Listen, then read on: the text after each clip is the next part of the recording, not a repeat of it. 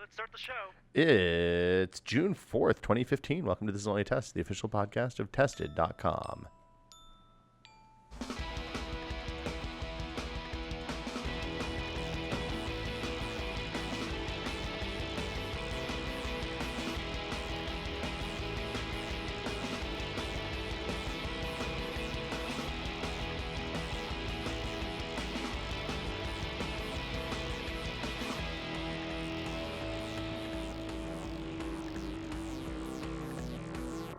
I'm Will Smith, seated directly to my left with a Microsoft Surface 3 non-pro in his hands. Norman Chan. That's me. How you doing today, sir? Coffeeed up. Coffeed up is a good way to be. You have to. Today. Oh, my goodness. Why? What a day. What's going on? For podcasting. Jeremy Williams, Big podcast. also here. Also here and also grateful. This is episode 304, man. We're never going to have another episode 304. This one has to be the best episode 304 Start anew. that we could possibly do. 304 weeks. If we were DC, we would just throw out all of the old continuity and start everything new right now, today, at the Oh, I thought beginning. you meant Washington. No, I was, I mean, that works New too. 304. I think if Washington, D.C. throwing out everything and starting new, probably a much better idea than DC Comics throwing out everything and starting new. That's true. It's true.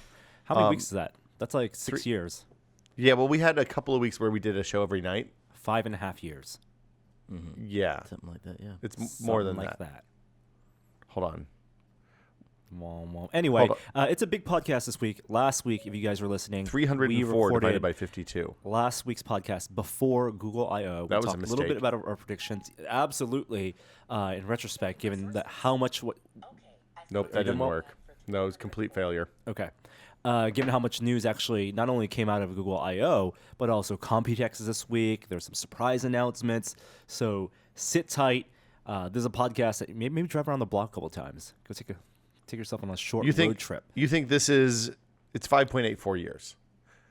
Do you think that this is a podcast worthy of sitting in your driveway and listening to at the end of the episode? That's always That's a my personal- mark of a good podcast. That's a personal is preference. If I roll into the house and I'm close and there's like 5 minutes left on the podcast and it's really good, I'll keep listening. I think that's all personal preference. Okay. Some people don't like going in their houses. Some people have really good, nice driveways. Some people have nice cars. But you did promise a good podcast. I promise a packed podcast. All right. Absolutely. So And you're saying quantity, not quality. that's both.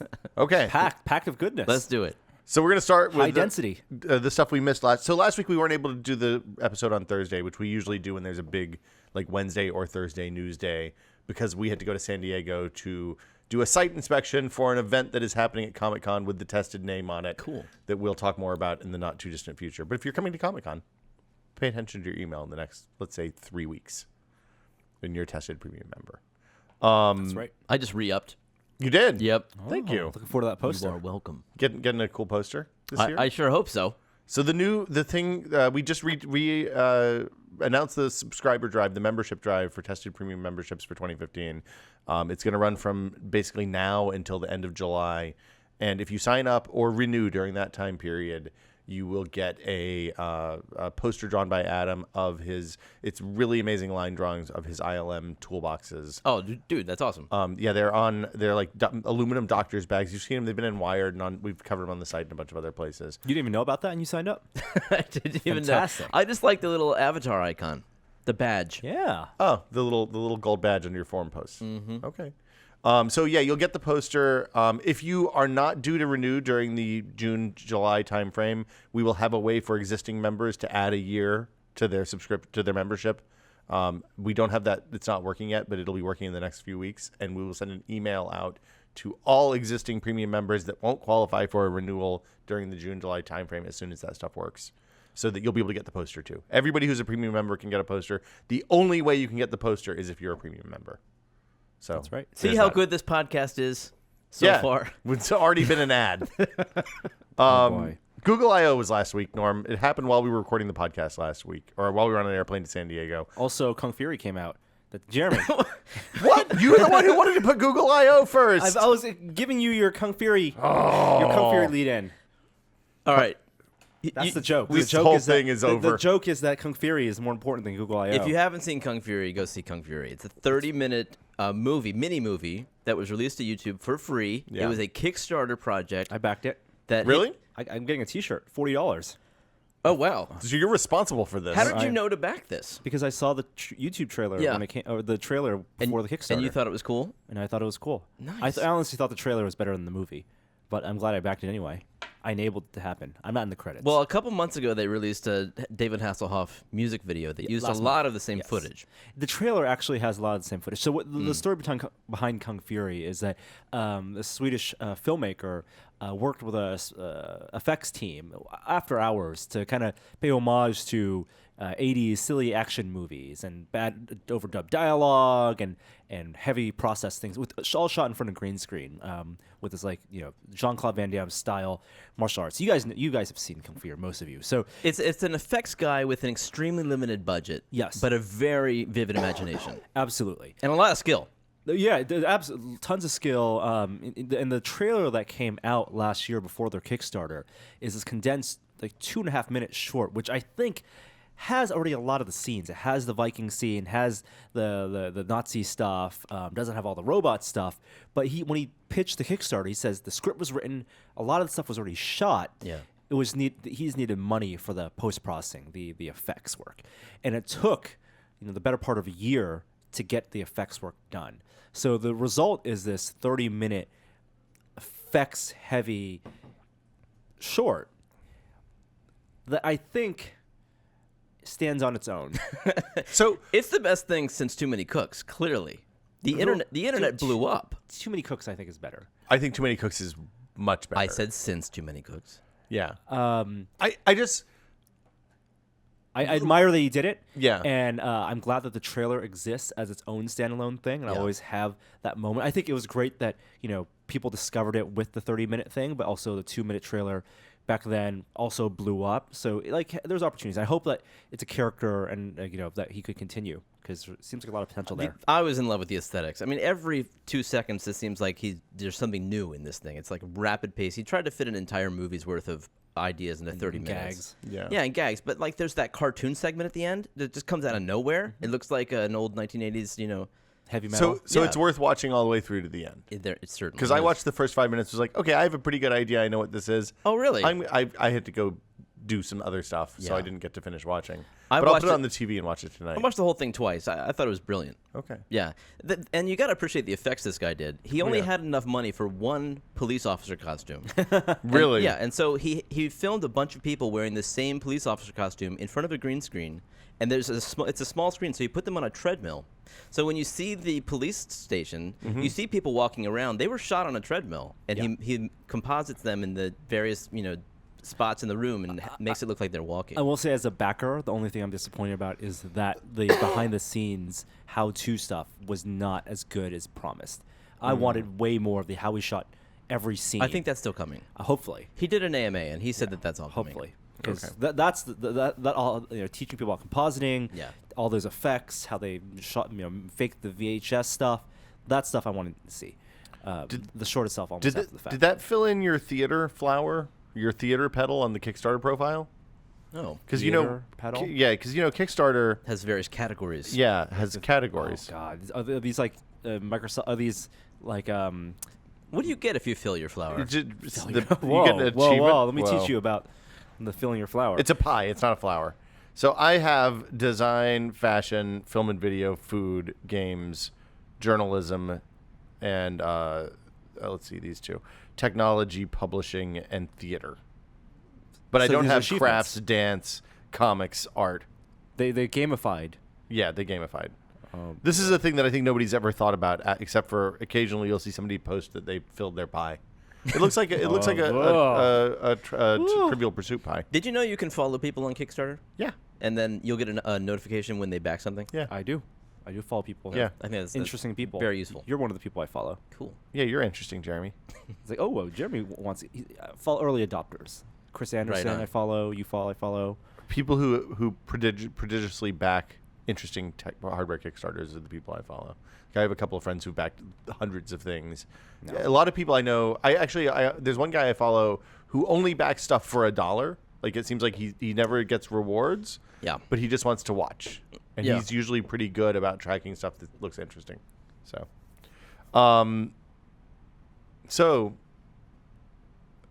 Google I/O happened last week. Are we ready to talk about this yet? Right on. Is this a I good time suppose, for yeah, it? let's do it. Okay. First off, a little housekeeping. We're going to be at the DARPA Robotics Challenge this weekend. So if you are there and know about that stuff, they're live streaming the finals, so you can watch them on the internet. You don't have to go. If you see stuff that you think would be cool for us to take a look at, send us a Twitter message. We'll be around Friday and Saturday shooting video and meeting people, hopefully. Now, Google I/O. Android M. Okay. This is the next version of Android. Did they reveal a suite name for this No. version of Android? Nope. Have they retired the suite naming concept for Android no signs kernels? say that they have either. So I fully expect a dessert name to be associated with Android M. Mm-hmm. Marzipan, macadamia nut, whatever that may be. But the point is that they released a preview for that. So if you have a Nexus product and you're a developer, you can install the dev preview. Isn't M halfway through the alphabet? I think it is. So that It's the gap between M and M is the cut, isn't it? Yeah. So I think they would do a candy now and change next. That's what I would do, just to make it nice and symmetrical. You know what else starts with N? Next. Yeah. Android Next. That's right. That's right. So Yeah. Android M, minor things, built-in things for fingerprint sensors, a standard API for that. They've had those, battery. though, right? Yeah, so to some extent, more widespread. Is it for a particular type of fingerprint sensor, or is it only the swipe ones? Is it only the touch ones? touch Is it ones. okay? I'm not exactly sure what the hardware Okay. the requirements are. It incorporates into Google Pay. Yes, so Right. they did announce that. There's also battery management tools now built in, or user-facing ones, app data backups, which is good, and some more polishing of the material design. Does not seem to be a giant update as of last year, as last year was, which is fine. Okay. And that'll be due out later this year. Photos. They as previously hinted, the new standalone Google Photos app came out, and it was a little bit confusing at first. So this is it's kind of they're pulling the good part of Google Plus and making a standalone app for just photo management, right? For both platforms, by the way. For all platforms. So All think platforms, if yeah. you're going to position it that way, the thing to explain is what was Photos before as a part of Google Plus, and what is Photos now. So I think Photos was probably one of the big two announcements. The other we'll talk about in the VR minute that came out of Google I/O. But I don't think that it is a competitor to Flickr in the same way that Google maybe wants to position it. They're calling it Gmail for photos. What Gmail did for mail and how you think about messaging and mail as a messaging system and data archiving is what they want to do for photos. Photos as existed in Google Plus was primarily the way to share the photos you took on whether your smartphone or what you uploaded to Google Plus. Mm-hmm. It was more like Facebook than anything else. And Photos as a standalone product takes sharing as not the primary feature of this, even though sharing is of course part of it in the same way that Drive, you can share files, but more of like Google Drive archiving your files and your photos. But I mean, that breaks down because Gmail became very quickly a replacement for all email in my world, right? So Gmail became my filter for email across all platforms. And with Photos, basically, it seems like what they're saying is, hey, this is for all the pictures that you take on your phone. No, they're saying that it is for everything. They want it to be Flickr, Okay. but it actually Their is. actions Yes. say Yeah. something completely different. Yes. Because the free tier of this, which again, the free part of Gmail was one of the things that drove Gmail adoption, was that all of your emails and all of your attachments will be saved forever. You'll always be getting more storage, and we're going to start with this insane amount of storage. With the Photos thing, you only archive lower quality versions. Well, High no, qual- 16 megapixel. 16 so They're not saving originals. that is Unless true. you pay for Yes. And so this is something that may have snuck under the radar for a lot of people, is that with the tagline of the new Photos app, it is 1, now on iOS, and 2, unlimited backup. That is only with the caveat that it is compressing it using their compression algorithms to up to 16 megapixel image, and even when it's up to 16 megapixels or smaller, it is still a high quality compression. Is it Now, lossless or lossy? It is lossy. Okay. So but they're very proud of their image compression algorithms and doing a comparison of the original JPEGs and their compression. It is very tough to notice even on a high DPI screen. If you do zoom in Photoshop, you will notice that it is a different image. It doesn't save RAWs automatically. It does save video up to 1080p. Again, that's compressed through their YouTube compression, so it will be that's probably worse than the image compression. That's going to be bad. But the big thing is that it is as an archival service, whether you think of it as for your phone or for the actual photos you upload from your camera, your point and shoots, and your DSLRs. It is indexing all your photos. So not only by location, which you can do with the GPS on your phones, but also it will also image recognize subjects and then tag them with location, but date and also other faces and objects. So define subjects. Does that mean people, places, Yes. like the Washington Monument? All of the above. So Google, using its knowledge graph and its image search, if you search in Google Images right now and you search, Washington Monument, it will not only display images that are tagged or named that, but that Google thinks, using its knowledge graph and its AI, what it depicts, looks like the Washington Monument. And so they're taking those same algorithms and putting it through all your photos, not necessarily to sell you ads right now, but on the surface to improve your indexing of your photos. Which, if you think about it, now is the perfect time for that. We've talked about this before, where people who used smartphones with cameras built in since the iPhone 1, since the first Android phones, so all tablets, you have tons of photos on your phones. Every time you buy a new phone, you're moving photos to iPhoto or to your computer and then loading them on, or they just go away and you lose your photos.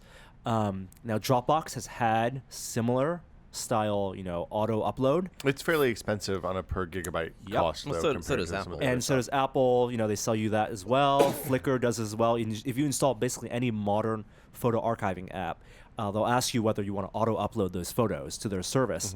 Photos for Google does that now automatically on iOS, and I think it's a pretty good way to just, if you don't think of all the conspiracy privacy stuff, just the backup photos, everyday photos that you care about. Yeah. Well, so I mean, the thing I use for that right now is Amazon's photo backup service, which is incredibly cheap. I think when Gina and I looked at them, it was cheaper than the others.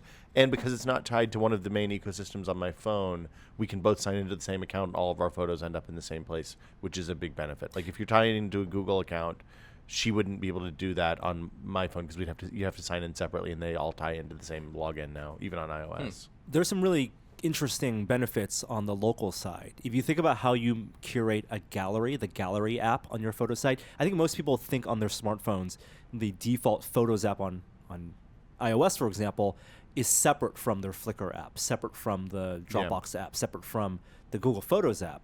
On the Android side, Google wants Photos to be the gallery app now.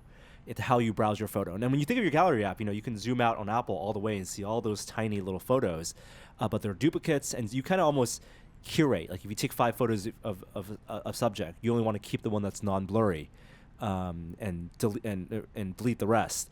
And there's some software that help consolidate that. Photos on Google now will recognize that you've taken 5 subjects, and save the duplicates, but only keep the good one you want locally. So it's a way to better manage your photos locally as well, and then also tap in that search. So you can search locally in that Photos app and say, what photo did I take last year, 1 year ago today? So, I mean, I think that's interesting. I think that works better with the way normal people handle photos. Like, I think the way I handle photos is probably closer to what a normal person does, in that I just take a bunch of photos, and that I assume that at some point in the future, the technology will have gotten to the point that it can manage them without me having to think about it. And that's exactly what this is trying to sell you on. Right. But I mean, for me, throwing out originals always seems like I have a problem with that. I do it. Well, okay. If you're thinking, yes, I agree. I never want to throw out any original. Like the ideal of keeping all your original, especially for video. Yeah. But I think for smartphone photos, this is gonna be good enough. And especially like, if I go back and think about the quality of a photo on the iPhone 3GS, Right. I'd love to have that indexed and saved somewhere. Yeah. If I pull that how many megapixel photo, 5 megapixel photo back now, I'm not going to care that it is 5% less quality than the original. That's actually really true. The video, I think, is more of a concern because the YouTube compression is bad. Yeah, and if you want to ever compression, edit something, like the video that you're shooting with your phone, you could conceivably show on a TV or something, and it's just not going to look great, especially if you edit it again. I think I'm paying $4 a month right now for Apple backup for 200 gigabytes. Yeah. It'll be interesting to see if on Monday they have a response to this and they offer some sort of free, unlimited backup. So I had they aren't going to do that. Okay, I mean, there you go. I'm pretty sure I can't imagine they're going to change their prices as a response to this, because Tim Cook came out last week and said, "Hey, look, we think that companies are trading people's privacy and personal information for advertising dollars, and Apple doesn't think that that's a cool thing." That's true. Which was seemed like a direct response to the photos, because clearly Google's subsidizing some of the cost of this, or at least breaking even on it with the free storage, because they want to collect a bunch of photos that they can then use to make their image, their machine vision stuff better. Mm-hmm. Yes. I mean, they said they're not selling ads on this now. I mean, and remember how pissed off people were when they realized that Gmail was reading all your emails, maybe not saving them. There was no actual person reading them, but the algorithms The ad script was reading them, all of your emails, picking out keywords on products, and then giving you ads based on that. They're saying that that's not what Photos is about now, but they have access to now billions and trillions of potential photos that is going to be important for improving their image search algorithms. One of the things that's always important to remember about Google is that Gmail exists, and a lot of the other early 2000s services exist because at some point somebody at Google looked up and said, "Hey, storage is trending toward free," right? Like cloud storage at a massive scale is going to be so inexpensive as to be free at a period of time in the future that like we can look at and see. Like you plot the curve, and the curve is going to the point where it bottoms out at the end. When they designed Gmail, when they designed a lot of their other early services, it was with the assumption that storage is going to be free. Treat storage as if it's free, and then what can you do that's going to get people excited about using your service? Or what can you learn when you provide a service that people are going to be excited about? No, I think and this is the same situation again, but for compute, not for storage. And I think what people underestimate is Google, the engineers' ability to track and get useful information just by how you interact with data. By putting your photos up there, that itself is useful to Google, but the very act of you using their services, any of them, Gmail, search especially, and now Photos, the act of what search terms you type in, what photos you click based on those search terms, that is all tracked. Like literally every time you click on a response, that tells Google, if you search for cow, you go to image search, and then the first thing you click is a picture that says, "Hey, this is probably a cow." To Google. And now they're doing that for your own images. Right. You're doing it Yes. and yeah, you get a benefit from it, but I mean, it's going to help their AI get smarter. I wonder, I think that this is going to be more about like landmarks and places. Like if you think about all of the like the fact that Google has pictures of millions and all the millions of miles of street frontage in the United States and around the world. And you think about using geotagged pictures to identify where you are based on the background in your picture, stuff like that. Like there's nothing you can't do with enough data. So and compute cycles. So anyway, that's a upbeat way to end that conversation. Teach Google teach Google's engines what a cat is. So are you By clicking using dog every time you search cat.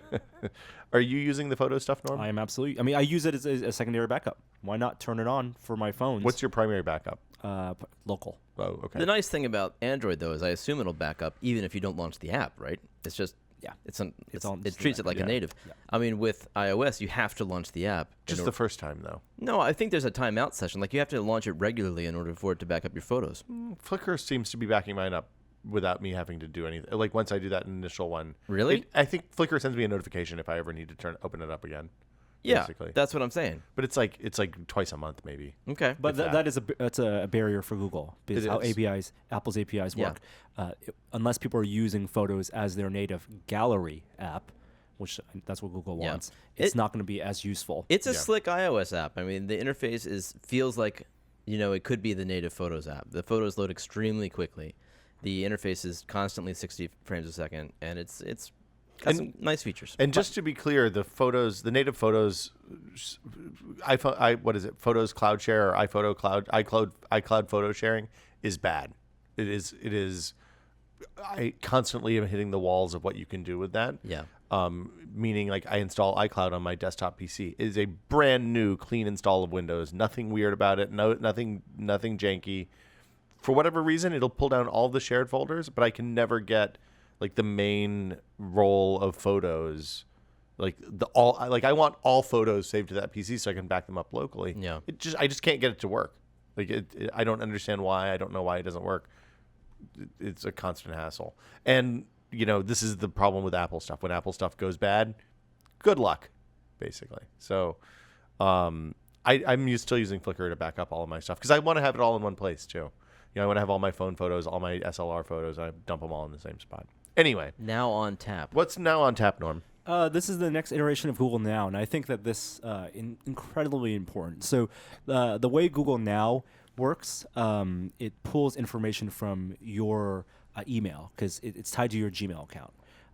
And if you get you feed it into some information. For example, your search results. If you search a specific sports team, it'll think that you're interested in not only the sports team but the sport, and then relay to you, updates on when games are, also transportation. If you book a flight and you get a confirmation email, it'll recognize the format of that confirmation number and then give you updated for flight status. That's one of the best parts about Google Now. It's kind of like anticipating based on the data you give it through action.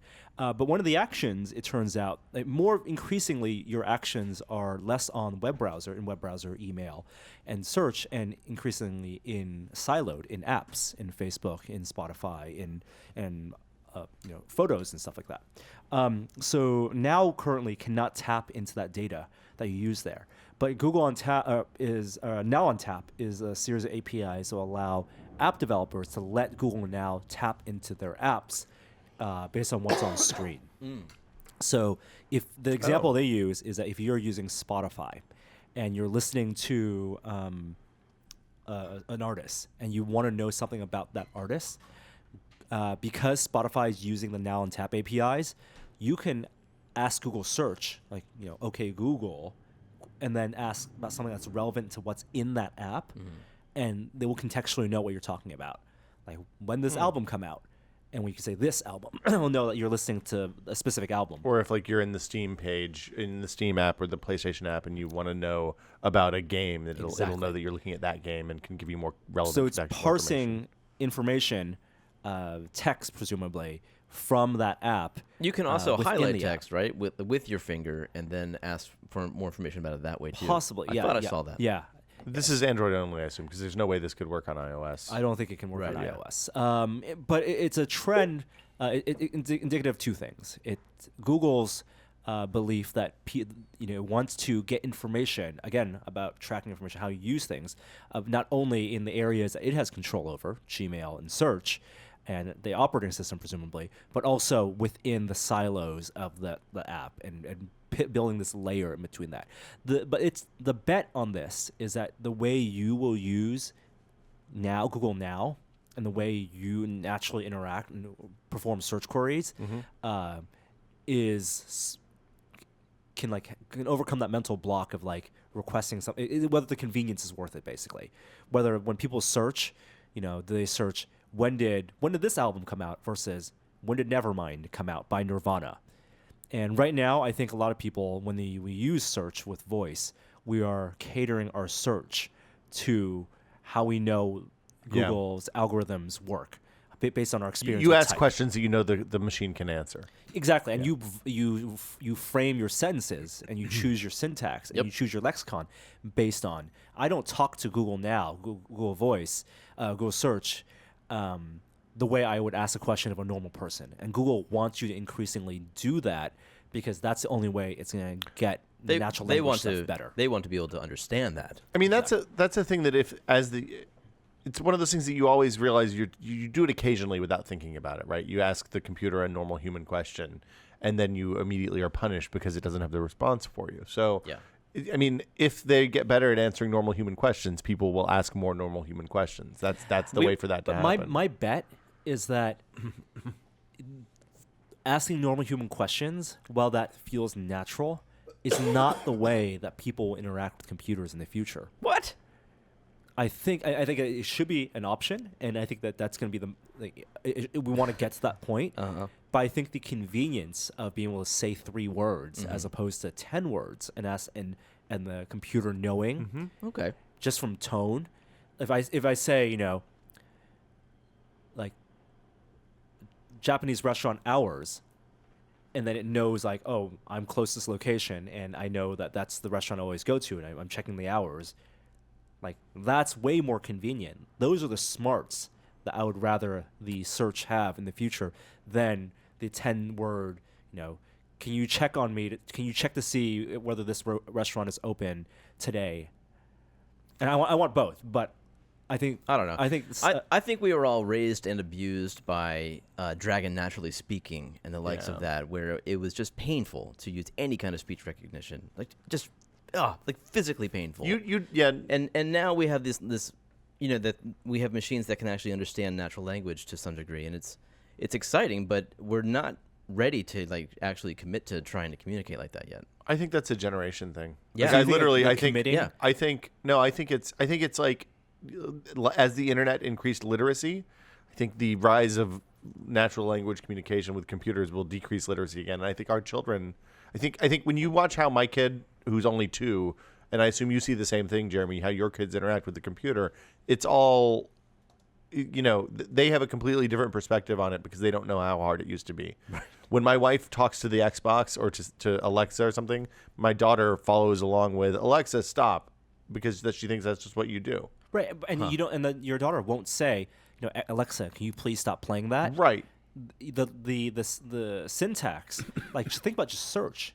Ask Jeeves was based on the premise that people wanted to do search like natural language and speak to a search engine that way, and it worked for a while. But I think people love Google because of the scarcity, the efficiency in which you can do search. But you don't use Google like a normal human being. The thing that you don't like. Go to Google right now and start typing in. Just type Y and then see what it pops up with as the suggestions. Right. Like the thing that they've done is they've brute forced natural language question answering on Google just by saying, okay, people type this in, and then this is one of the first 10 results that they click. That one gets bumped up higher on the list. Literally, that's all that's happened, and I think that they think they can do the same thing with voice search as well, if they can increase the sample size. I think Now on Tap is really exciting. I mean, I'm not an Android user, but if I was, I'd be real excited about this because it's the next step towards the Star Trek computer. See, a computer that is just constantly listening to me and being aware of what I'm aware of, and chimes in whenever I need it to. It's funny because this is the first new feature they've added to Google Now that I was not bummed it wasn't going to be on Android on iOS for a long time. And it's complete opposite of how Google Now functions in iOS, where it is siloed. Itself is siloed. Yeah. It's not pervasive. Yeah. So I like the current amount of Google Plus Google Now Plus smartness. It's a trade-off. Yeah. With privacy and how comfortable you are with their data. I mean, they're an ad company. You're their custer. Yes. Or you're the the product. Their customers are advertisers. I'm okay with that. So a friend of Tested, Quinn Norton, last week wrote an article about tracking and journalism. It was on her Medium. She has a Medium publication these days, and it's definitely worth reading because she describes how tracking cookies, like the number of tracking cookies on all sites, but especially media sites, have gone up so dramatically in the last 10 years, and talks about the kind of the implications of that and her struggle with initially she thought, okay, having no privacy is okay in a world where no one has privacy. And she's kind of turned around on that in the last few years. It's worth reading. I'll post a short link on the site. This reminds me of the FBI planes. Yeah, so the FBI got caught by an AP investigation, flying small Cessnas with cameras and cell phone surveillance stuff over pretty much all major American cities at some point in the last 2 or 3 years. I read an article that was astounding about what the information is that they can tease from these images. It's basically tracking everybody. Well, and every car. Yeah. It's like the fidelity of the imagery is so good now, that and the ability for the computers to isolate every single object, that it's like they have a close up of any specific block. Well, I think because they do circles and they can like do triangulation on your phone, so they can see which direction you're moving and all sorts of stuff. Like it's crazy.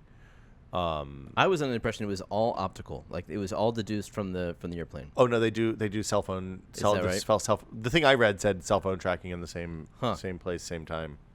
Well, that was you. That's right. Everybody's smarches are going off. You guys and your Apple Watches. Norm, you're back to an analog watch, huh? I'm not back. I'm just going back and forth. You're just back and forth. Okay. Are you okay with the planes?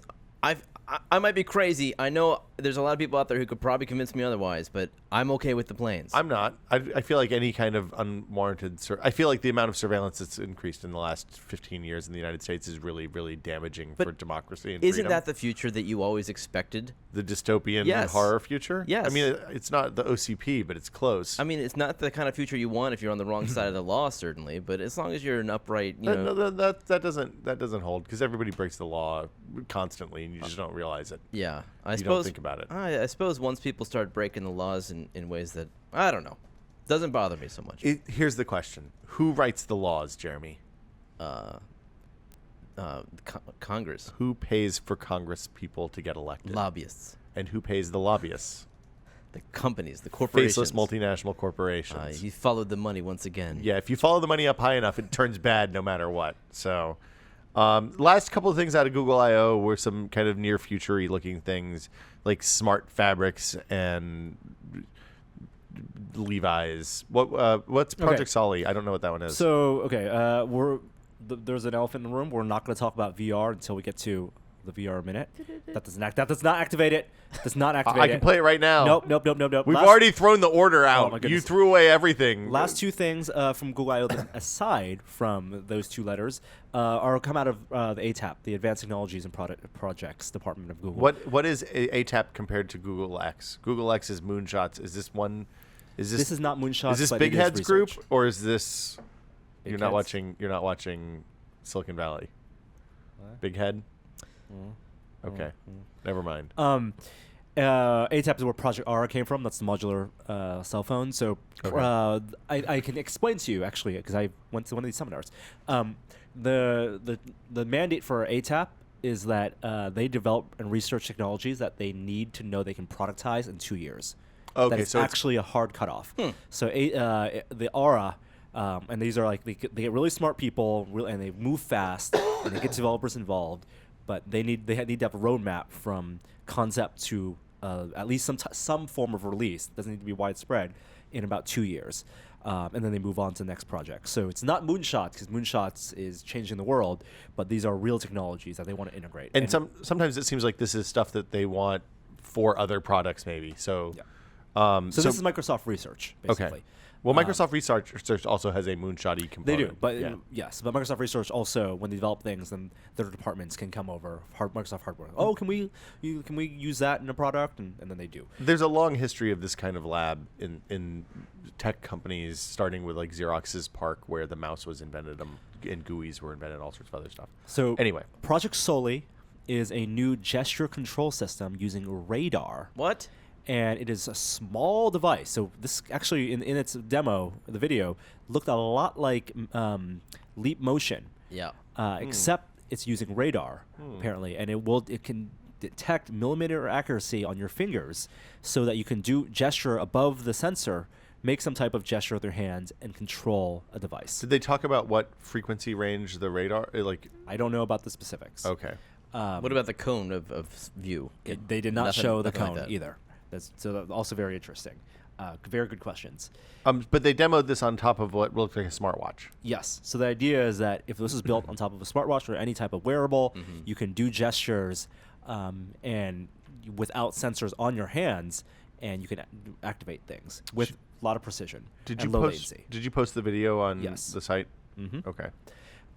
The other thing is Project Jacquard. Jacquard, which I think is a homage to some fabric designer. Jacquard is a type of knit. Okay. Or a loom, maybe. It's Jacquard weaving is it, and then the necessary loom attachments are named after their inventor, Joseph Marie Jacquard. There we go. The mechanism is probably the most important weaving invention, as Jacquard shedding made possible automatic production of unlimited varieties of pattern weaving. All right. And so this is the idea of weaving sensors into fabric. And so these two technologies actually have potential to work together because solely will work through materials and will... Wait, it's like a nudie camera? Well, it's Wait, not a so camera. if it works through materials, can it also work through your fingers? So does it solve the occlusion problem? If it's water, if it's radar, it probably bounces off of anything metal or metallic or with a lot of water. Like my fingers. Like your fingers. And Yeah, it if can your be fingers were embedded really into dried out. objects. Yeah. And the chip is really small. So The Soli chip or the Jacquard chip? Soli chip. Okay. Jacquard is just Jacquard is just a way to weave chips into and circuitry into fabric, which I think people have been trying to do for a long time and for various degrees of success in the maker community. But the name Jacquard, knowing what we have now learned about the Jacquard Loom and the fact that it's what enabled automated manufacture of equipment, makes me think that it's something you can work with existing fabric technologies. Well, it's the fabric is the project. It's conductive yarn. Right. So within not entire shirts are gonna be made out of this, but in your shirt, you can get circuitry woven in specially. Right. And if it's just yarn, then they can use it on a normal traditional loom, which then opens the door to mass manufacture, and which is why I assume Levi's is interested. Yep. So Levi's is their first partner, and they're going to be experimenting with that. Textiles. It's funny. This year, I've seen a lot of product demos that use non-traditional materials for technology products. So the Jacquard is one of them. I went to a Bang & Olufsen thing a few weeks ago where they had a new music device that seems like it's for people with a lot of money and not a lot of wisdom. It was very expensive, and I don't exactly understand what it does, even after talking to somebody for an hour about it. But the upshot is it had an interface that was a touch interface that was a natural wood material, that they did some neat material stuff to make it work. Okay. All right.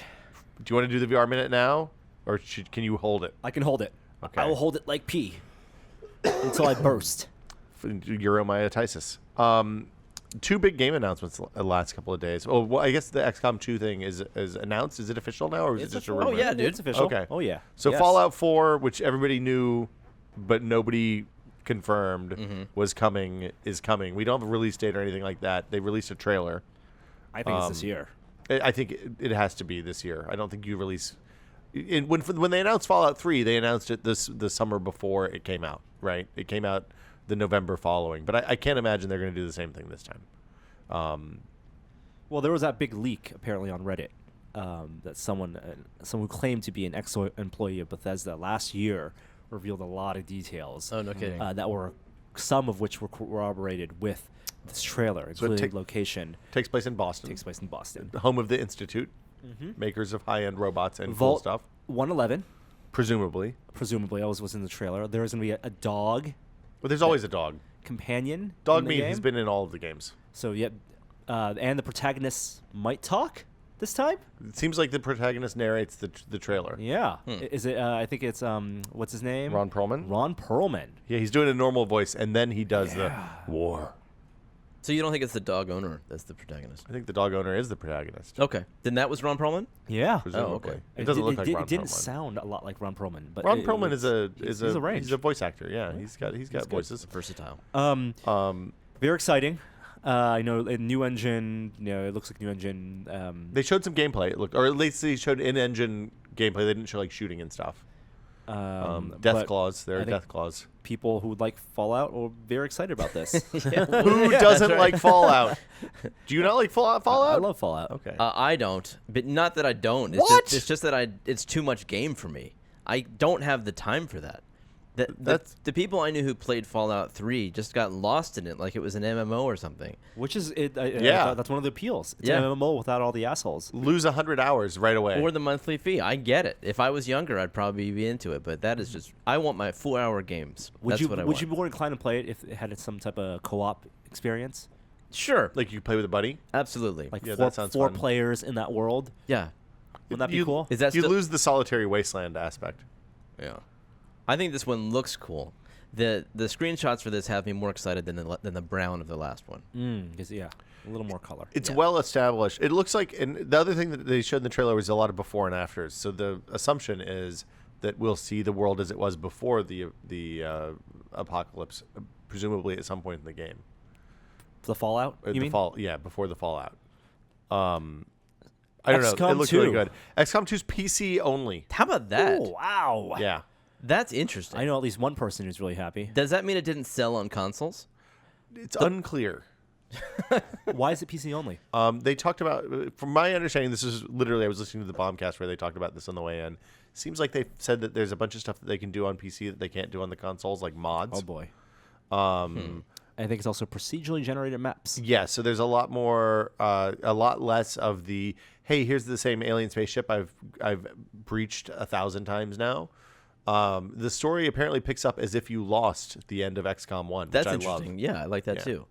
So you're now you lead an underground guerrilla unit that is no longer affiliated with the government. They're just rogue. Yeah. And there's no underground base. Yeah, so hopefully there's fewer of the, hey, a UFO crashed in the forest in Germany. Go kill these guys and steal some shit. And how much money should every union Yeah. get and everything. Yeah. Yeah, exactly. So I really love the last XCOM. I played it again when it came out on iPad. It is a phenomenal game. Absolutely. Yeah, they carried that torch unlike I thought they'd be able to. That was fantastic. But the weird thing is, I actually played most of it when I played on the PC. I played it in the living room with an Xbox 360 controller.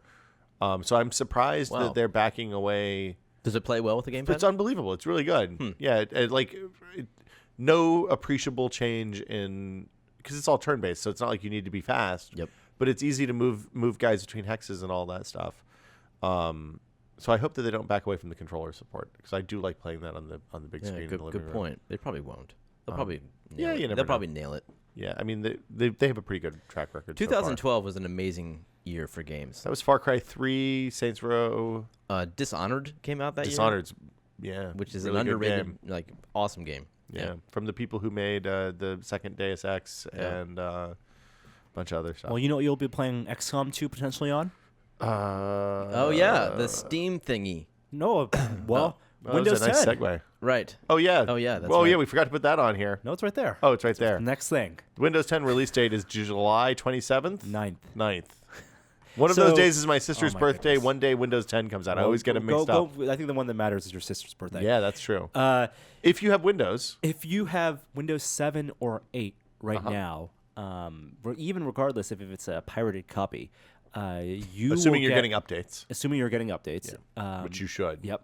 And I even believe Windows 10 Insider users will get this as well. Mm-hmm. In your system tray, there will be a little Windows icon, the new Windows icon, the one that looks like that, It's just 4 squares. 4 squares. And you I click could have that, designed that. You could opt in. I'm sure they spent a lot of money on it. Yeah. You can opt in to download Windows 10 when it comes out on July 29th. All you gotta do is give them your email address. So it looks like this is how they're doing the promotion, the free upgrade promotion.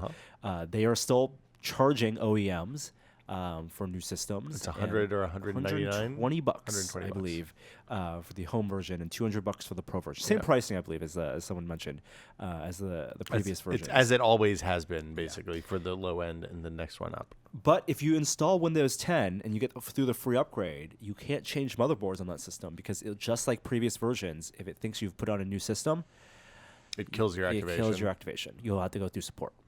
Yeah, and I've had mixed results with the support going through. It's always been easy for me. Yeah, me too.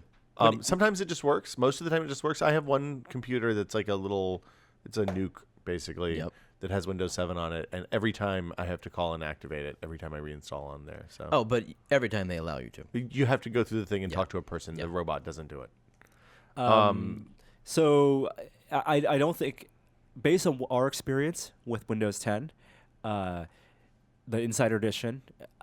If you like Windows 8, it's like a no-brainer upgrade. Yeah, I love the start menu. Like, I love that the start menu's back. That modal shift to the start screen has been the dumbest thing that they've done in Windows for a long time. But if you are still Windows 7 user, I would still say wait until the reviews come out before you commit to updating. I mean, here's the to thing. Windows 10. It's you can press the button to reserve your copy for a year. Pressing the button now doesn't automatically install it when it comes out. You still have to press the button to install it. So you can go ahead and reserve your key, whatever. It doesn't matter. Cool. And just wait until people say it's worth doing to do it. Did you give the date? 29th. July 29th. Yeah. That's right. Still well within their summer time frame. I mean, what this says is that the Windows 10 Insider version is getting closer and closer. We're like The Windows less 10 than 2 months away. So this is it's as good as it's going to be. Are you looking at the Insider stuff still? Well, no, not necessarily, because it's not like they have a gone gold date anymore. That July date is probably their gold date for the September to get a disc copy, copy to go on new computers in time for Christmas. 2 months, you can do a lot of bug fixing. Because like if you think about it, on Windows 8 and Windows 7, the what was the TechNet people? TechNet and partners always got the discs 2 months before it was available at retail. So this is the difference is that now they're just putting it out there as soon as it's done. So the other thing that we alluded to that you might be able to play XCOM 2 on is new Steam hardware. Yeah, this morning they rolled out pre-orders for, let's see, the Steam Link, which is their set-top box that lets you stream from a computer to a TV someplace. $50. $50. Great. No-brainer. The Steam controller, I think that was $50 too, or is it $60? $50. You might have that one. I would say that is a. See, it's a tough thing. It's like the Kickstarter pre-order problem. Steam controller is such an unknown quantity right now for how you're going to play your games. If you love your Xbox One controller, love your PS4 controller, or even love your Xbox 360 controller, $50 is a lot just spent on something you don't know whether you're going to love, just so you can get it on October 16th ahead of November release. Yeah. So I think the reason they're doing this pre-order, because that's the deal, is you get the stuff early. They're also releasing some of the Steam machines. There's an Alienware one. I think there's a Gigabyte one. I can't remember. It's a Saber. Who else? Yeah, there's a handful of those. I think that they're profoundly uninteresting for right now. I think that might change in the next, say, year or two. But the Linux adoption on the kind of mainstream games that people are going to want to play is pretty thin. Link is a safer buy. I think the Link is, if you have a gaming PC and a big TV someplace that's not attached to that gaming PC, Link is a kind of no-brainer for $50. You've explained what it does. Yeah, the Link lets you stream games from the PC to the living room. It works like the NVIDIA Shield or you can do the same thing with any Steam install. Like if you have a Mac laptop, you can stream your games from your PC to the Mac laptop. The controller is a little bit of an issue. You have to set up a 360 controller or something. But it works reasonably well.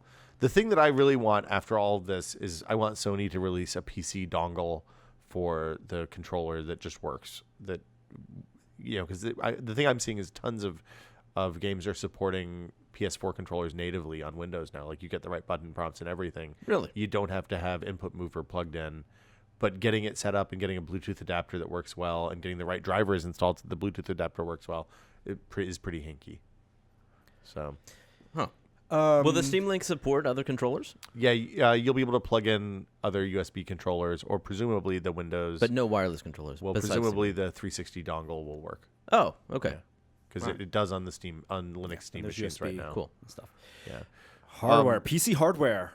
Steam refunds also got announced at the end of last week. There's a whole bunch of criteria for it. Basically, if you play for less than 2 hours, you can for 2 weeks for mainline games. 2 days. I think it's 48 hours. It's 48 hours or 2 hours of play, whichever comes first. I think it's 2 weeks. I thought it was 2 weeks. 2 weeks. Right. So the criteria change depending on the type of content you're talking about. Full games are different than indie games, are different than DLC, are different than in-app purchases. Totally makes sense. So and it can be any reason. That's one of the big new things too. Is that it's no questions asked. It's like the good old days of Electronics Boutique or Egghead Software when you could just go in and be like, "Hey, this copy of Hell, a cyberpunk thriller, is garbage. I would like my money back." And they'll say, "Oh, sure, absolutely." Yeah, right. Except when you did that at EB or Software, et cetera, or Egghead or whatever, they would give you fungible cash back. And with this, Valve is just giving you money in your Steam wallet, which from a consumer perspective, from my perspective, essentially as good as cash because I'm going to buy I'm not going to stop buying Steam games anytime They soon. don't credit your credit card back? They do not credit your credit card back. Wow. So the developers are a little pissed off about this because basically it says that Steam, it's two things. Humans are looking at all of these transactions. It's not a robot-approved transaction, so somebody will look at it and say, yes, we will allow this one. Presumably that means if you abuse it, you will lose the ability to do that. Yeah. Origin did something similar to this last year with select mostly first-party EA titles. But you can get your money back from Origin for a certain period of time if you have a purchase that goes bad. This is good for things like when I bought Black Flag, when I bought Assassin's Creed Black Flag, and I couldn't get Uplay to work on that computer, couldn't play the game, I was out $60 and there was literally nothing anybody could do. So in this, this is a good step forward. People, especially small indie developers, are worried, and people who have short games. Like if you have a 2-hour game. Oh, wow. I hadn't thought about that. Yeah. The potential for you to get burned on this is really high. So they're upset because the money's just going back in the wallet. Valve essentially loses nothing, but the developer loses the potential sale on a 2-hour game. So I think there's gonna have to be some case by case basis. Well, stuff they both here. would lose the sale, but it would matter more to the developer. Well, no, it matters. No, because that money's still in You're Valve's saying because ecosystem. eventually Valve has they'll the money. buy it. Yeah. Right. No, it's not even eventually they'll buy it. Valve already has the money and never lets go. Yeah. It's literally just the developer gets screwed. Yeah. So anyway, we'll see how that all shakes out. I can reserve my free upgrade to Windows 10 on the Surface 3. I think that's a good idea. I'm doing it right now. Don't send me the latest Windows news. I already know it because I listen. There's only a test. That stuff, that So that thing for the preview your reserve your key, basically makes it look like they're literally giving everyone free copies of Windows just to get mailing list. Yeah, really, and I've already gotten email from the other time I did it. Yeah. New Broadwells. Finally, these are the quad-core mobile Broadwells and some desktop ones. So wait, they announced that new MacBook last week, and now there's new Broadwells. Yep. So dumb. So quad-core plus has new Intel graphics, Iris Pro 6200. It's for the high-end line. This is not going to be relevant to anyone who's looking at a MacBook Air, really. Quad core. I mean, so this quad is core is for- like this desktop for replacement, right? Desktop replacement Mac Pro style computers, and it's kind of a little unfortunate that Apple just updated their MacBook Pros. So they gotta get their stuff in line. There's all the, it's less interesting for most people because Broadwell's been out for a while. But what is interesting is that AMD also announced their new CPUs. So it's been a while since we've seen new CPUs from AMD at this point, right? It's been a while since we followed the new CPUs from Okay. AMD. There have definitely been AMD CPUs and APUs have been out, but But I mean, their APUs. The rumor I read is that this year's APUs are going to be essentially clock bumped refreshes of last year's APUs, right? Oh no, Okay. I'm not going to speak to that. I'll go look that up and confirm while you talk about the CPUs. So these CPUs that they announced primarily is a laptop play. It's their 6th generation processor, and the code name. Let me see it's Carrizo, Carizo. And what they're going for is really the 15-watt processor range. When you think of laptops and the processors that go in, let's say, let's say the Apple lineup of laptops. You have, the Core M side, BIOS, the i3, BIOS, i5s, and the i7s. A lot of the ways the performance instead of form factor is segmented, and those things are aligned, is by the TDP, by what power consumption. And battery Actually, life. it's thermal output is TDP. Thermal output. I mean, there's a direct relationship between the amount of power it consumes and the amount it puts out. The average thermal output, and that's how much direct relationship between how much battery life and power is consumed. On the ultra low end side, we have now these Core M's and Atoms are sub 10 watts, about 5 watts, even 2 watts for Atoms. But when we talk about the Core i3 MacBook Air line, it really in performance, it is about the 15 watt area. AMD really wants to make a big push for a low cost, high performance, high battery life laptop processor with Carrizo, which is a 15-watt part. And the way they're extending battery life is architecturing it so it does things more efficiently in the things that you do on laptops, specifically video playback, multimedia. So they've optimized their coder, the H.264 encoder, and HVAC encoders and decoders, so that it's consuming much less power when it's processing things like 1080p video or streaming things from Netflix.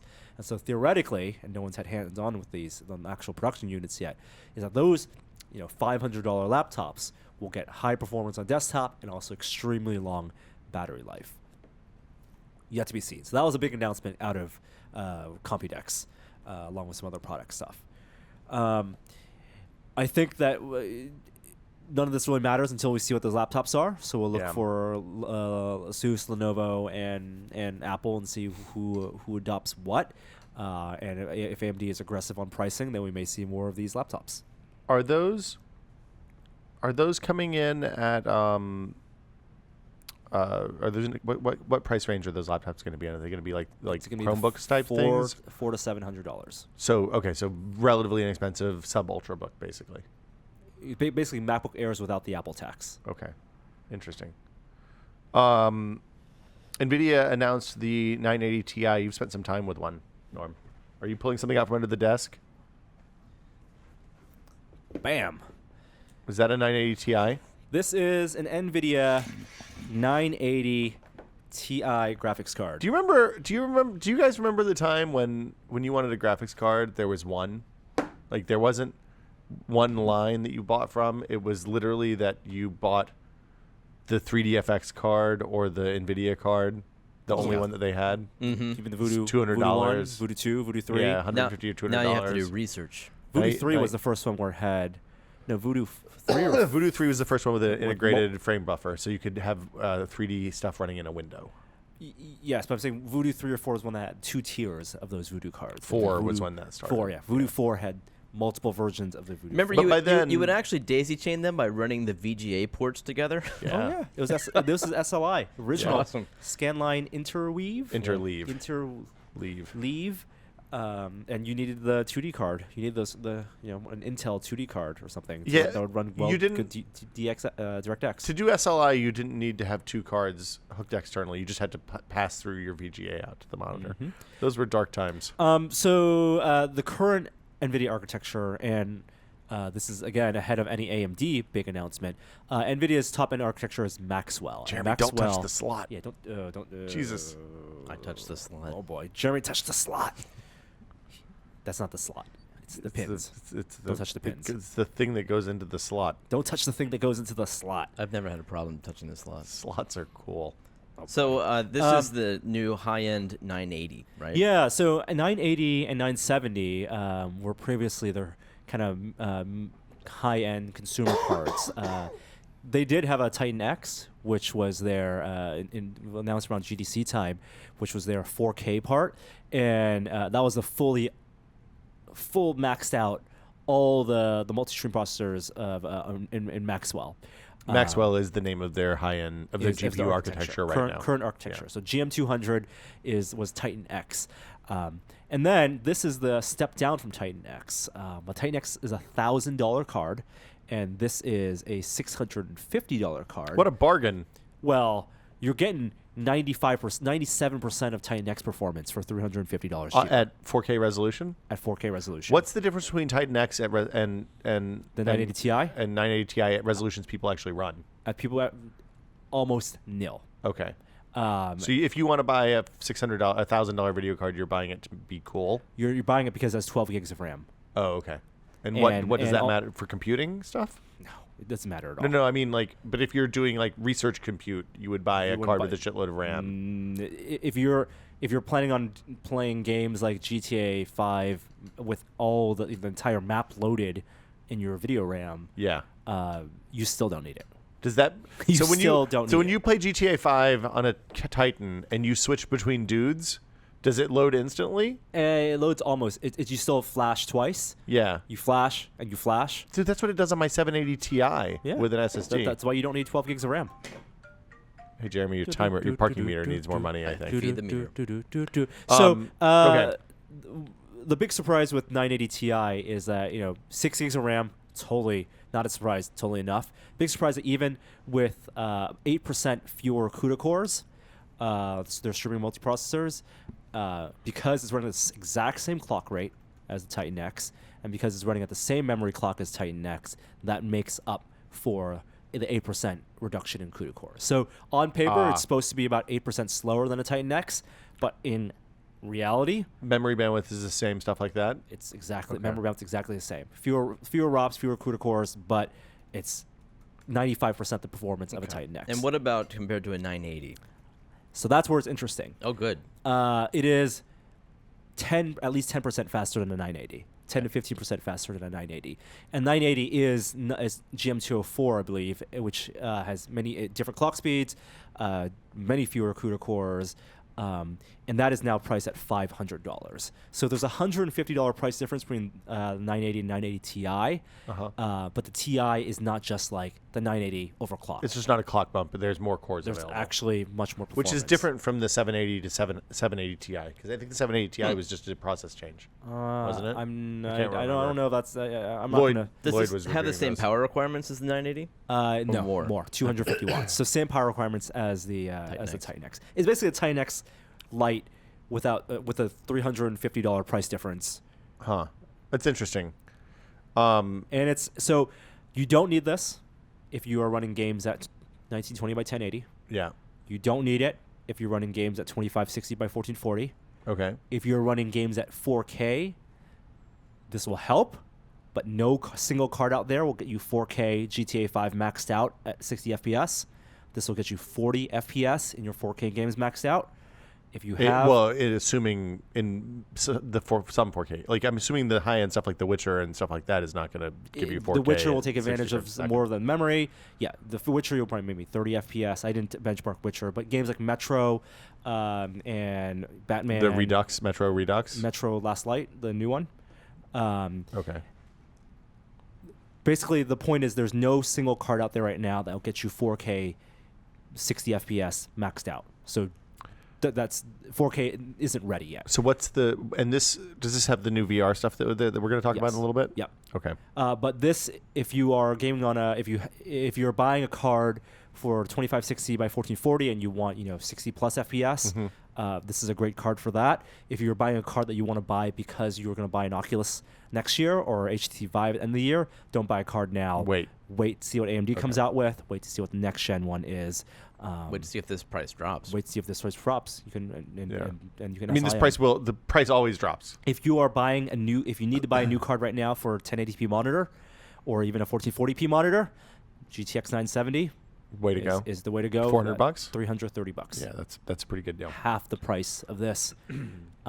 It's all for good enough performance at those resolutions. As a reminder, it's always better to buy one faster card than to plan to SLI two cards. And well, this is yours. Oh, thank you. I'm interested to see if this works if I can do native on the widescreen monitor with this. Which This is probably a card that 3660 will by get you native on the 1800. widescreen monitor at least Okay, I can't 40 put this in FPS. here while we're doing this, but anyway, it's about time, I think, for the VR minute, isn't it? Let's do it. And now. Oh.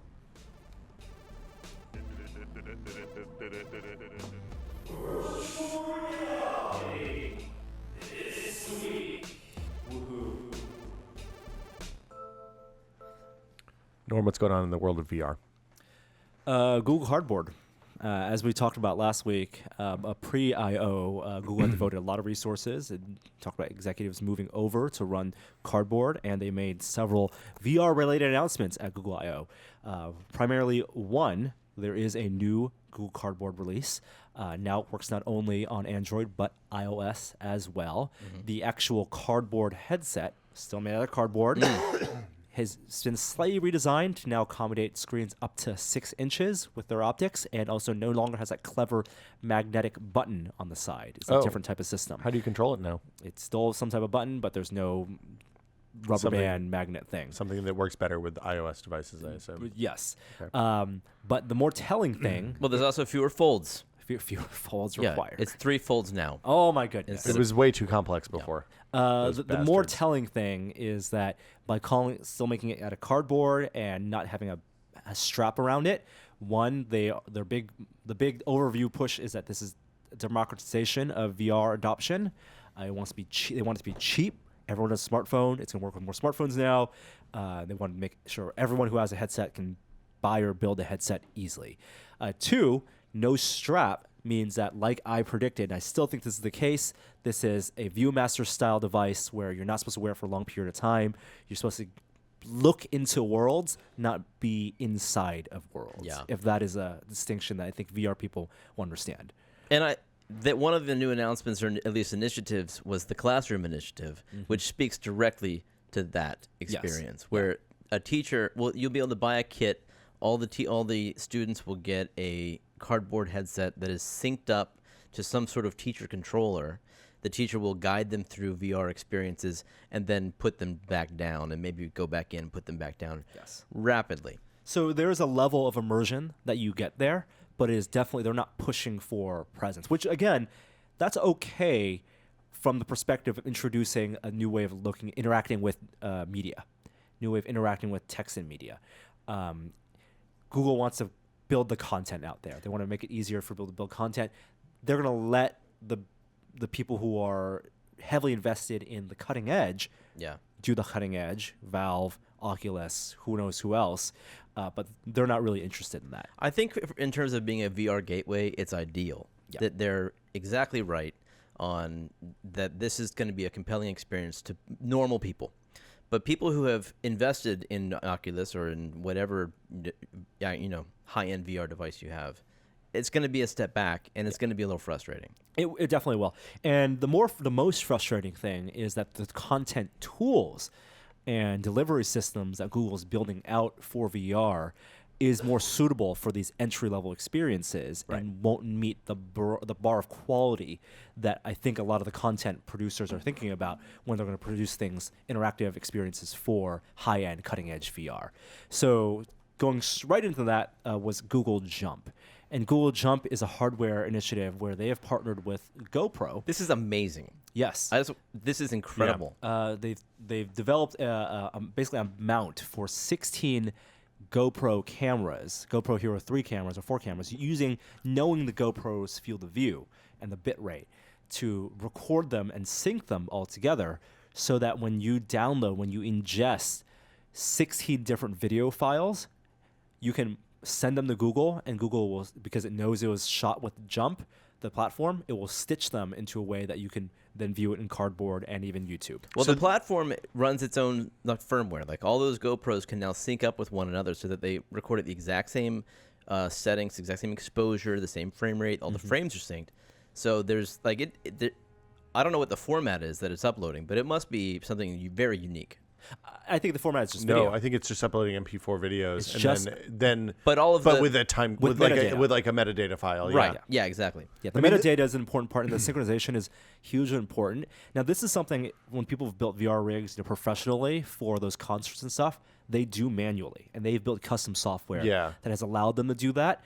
This just allows you now to do it with GoPros, which are relatively inexpensive. They're still $300, $400 each. Like there's a lot of companies that are working on this. A lot of the companies we've seen that are working on 3D or VR video stuff actually are using custom rigs that hold a bunch of GoPros, right? Like that's where a lot of this started. So this is just something that's much more available. Are they selling the rig? They will be selling the rig. You can sign up. They're going to give developers, I believe in July, access to the rigs. But the GoPros themselves is an $8,000 investment.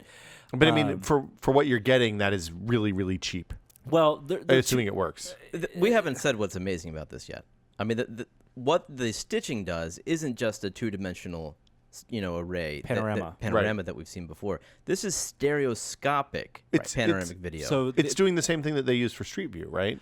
But the stereoscopic part is the part that could make or break this. We've talked about one of the big challenges of recording 360 video is that to do it stereoscopically, you need 2 video cameras to do it right, and you can't do 2 video cameras left and right eye for every perspective. It's a trade-off between how many angles you get versus the stereo. You'll always see the stitching lines or something. Right, like but that. if the It breaks FOVs of down. the cameras overlap enough, then like That was their data's thinking, there, but right? that's why they needed 16 cameras. Whereas, Right. and this is just for it doesn't. It's not a 360 by 360. This is a pano. This is so you can sort of horizontal look left and 360, right, but you're not going to be able to look directly up and directly down. Yeah. We've seen 2D panoramics where you can look everywhere, 360 by 360, and those use half this number of cameras. Were they but doing? those are 2D. Are the cameras oriented vertically or horizontally? horizontally. No, Really? they're vertically. They're so that they're squished. So No, you're it's getting a circle like this. Yeah, but the cameras are mounted next to each other. They're so on their the sides. field Oh, the yeah, field yeah, of view yes, is this way, Right, not yes, this yes, way. yes. So it's vertical, not horizontal. They're arranged horizontally, but they are oriented vertically. Essentially, the So they're cameras. not just stitching together videos like you might get with the color apps that who recently purchased Color, the panoramic stitching company. Anyway, maybe it was GoPro. But anyway, they're doing some computer interpretation so that they can derive depth and perspective so that there's an unlimited number of 3D perspectives that you can have. It's still rotational video that you're getting. What, explain. Meaning that you're not, when you view the video, you can turn your head around 1.1 axes. Yeah. But you're not going to be able to move out into that world. No, well, and if the that's camera true. moves, you're going to move with it. But it looks to me like, and obviously the cardboard has no positional tracking, so maybe this is not a priority for them. But it seems to me, at least looking from that one image that they showed of a camera moving laterally within that space, so that you really saw the depth of this workshop that they were in, that you could do some very limited motion tracking within that circle of cameras. Right, because the cameras aren't around one single point. Right. The cameras have there's a radius and a diameter to that circle, and so there's information being extracted there. With any type of like room recording, 360 VR recording, there's a lot of ways to think about it. This is definitely a spherical looking out way. A lot of people have thought about ways to look in, mounting camera systems around rooms and combining the video not only video with structural data with mapping, depth mapping, and that's I think the better way if you want to get an environment that you can actually walk around. Sure. Is you're mapping video on top of room data, on top of model data. And that's the kind of thing you could conceivably get by taking like a Kinect and just running it over all aspects of the room and all bits of the room, You need to have right? a connect with every camera system. Right. So There's you're always, but that's going to be a problem. You're running problems with that. It'll be exciting, certainly. yeah. But there'll be occlusion problems and there'll be issues with that. and this not is as practical. It's not this mobile. is like a plug and play. Send it to a concert and just plug it in and hit record. Now it's not for live. It's not live. No, sure. Why not though? You could still watch something after the fact and yes. enjoy the experience. So the idea, though, from a content creating perspective, is that this is going to enable video producers to experiment with 360 video in a much higher quality. Stereoscopic 360 video. I did not think we'd see this so quickly. I've seen lots of 2D panoramic videos that are cool, and I have never in my life seen a panoramic 3D video, and so I guess there's probably going to be a point at which if things don't come close enough to the camera, it's not going to matter as much. But if you can, this is exciting to me because now we can start experimenting with live theater where the viewer is sitting right in the middle of some sort of experience like the Oculus Story stuff, right? But with video. It's really made for that stool type of VR, sitting on a stool and spinning around 360. I still am of the mind that I think 180 or 200 degrees is enough. For VR, for that type of experience, that there's a lot of unnecessary data in the back that if you give a developer this type of hammer, they're going to want to nail everything. And I feel like, seeing 360 car chases go around you, you're sitting in the middle of a NASCAR ring is way less appealing to me than a really nicely polished 200 degree just in your field of view where you can look left and right and head up and down video. Did you guys see the virtual reality chair Kickstarter that hit this week? No. It's basically a little stool you sit on that kind of spins. It didn't look great. I have a seat that spins. Yeah. Huh. That's kind of where I ended up. But which is, by the way, it's a pretty fun VR experience. We're just sitting in VR and spinning? Yeah. Well, until the cable chokes you. But the point being with the Google Jump, definitely interested. I don't think we're going to buy one. It's a lot of money. If developers or videographers out there are using them and are local, we would love to come see it and check it out. Apparently, the processing is super intense. So they're not just giving away free access to this. There's going to be a limited, And selection process. is there a way to edit the video that comes out of this? Like, Yeah, is good there point. an editing path? That's an interesting question. Because nobody knows like that stuff. I would presume no. I mean, well, there's YouTube. It's going to be on YouTube. That's going to be the distribution platform. So YouTube has basic editing. you can probably trim and combine and stuff like that. Right. But Fade from scene to scene. And yeah. This I still don't see this being used for storytelling and stuff like that in the foreseeable future. It's more like capture an experience than here's a amazing story we can tell that only exists. Maybe they're going to cherry pick some interesting people to have these things. And they're probably going to want to distribute them to various people who can provide different types of experiences. It'll be just like the Google Glass Explorers program. And this is very much Google's MO. If you think of this as the equivalent of the Oculus story department or Oculus, what's it called? Storytime? Yeah. Story Studio. Story Studio. Instead of hiring people and to do it in house, they were just giving it out and seeing what people are going to make. Speaking of seeing what people are going to make, Magic Leap announced their SDK earlier this week. I thought they had an SDK. I'm sure they do. They said basically we're going to reach out to content creators, game makers, stuff like that, people who we think can make cool experiences for a unique platform. That's as we've come to expect with Magic Leap. That's pretty much all you got. Okay. So do I get to see it now? No. Oh. Henry. There's a Henry film. What's the Henry film? Yeah, this is the new Oculus story. Movie. So this is the second one, This right? is their second film. The first one was. Do you remember the name of it? With the lightning bugs. It was the robot. Was it Yeah, Oscar? It's like it was Alone or something like that. Yeah, it was very much a Iron Giant Right.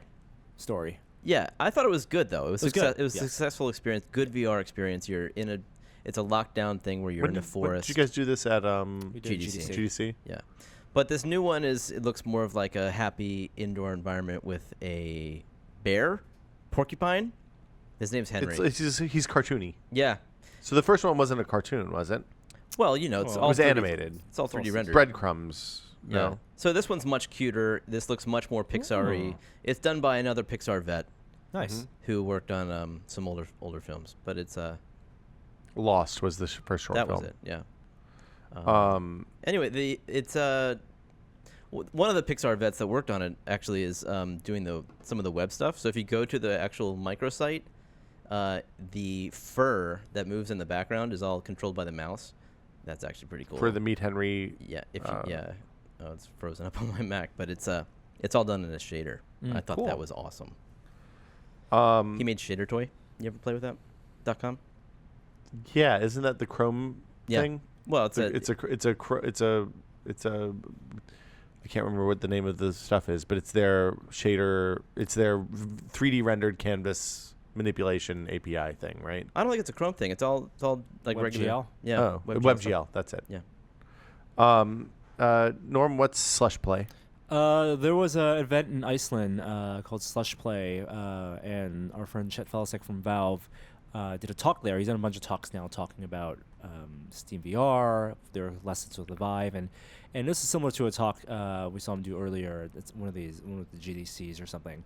But he basically boiled it down to the big lesson for VR in 2015 is no one has any idea what they're doing, and so they should try everything. We've been hearing this from the beginning. Yeah, I mean, What it tells me, though, is that if you're thinking that they're going to launch the Vive with Steam VR at the end of the year with Half-Life 3 or Portal 3, that's not going to happen. could all be a red herring.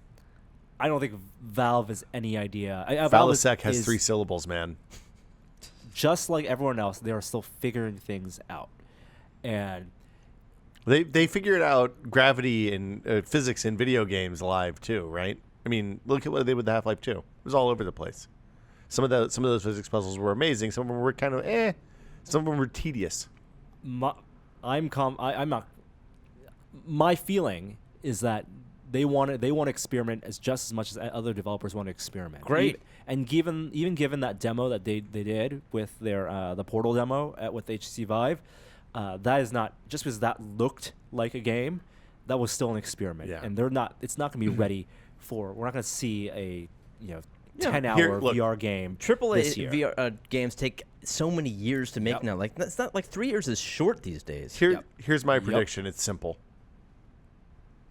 Left 4 Dead 3, Portal 3, Half-Life 3, Team Fortress 3. Last time it was the orange box. This time it's the threes box. It's a box of 4 threes.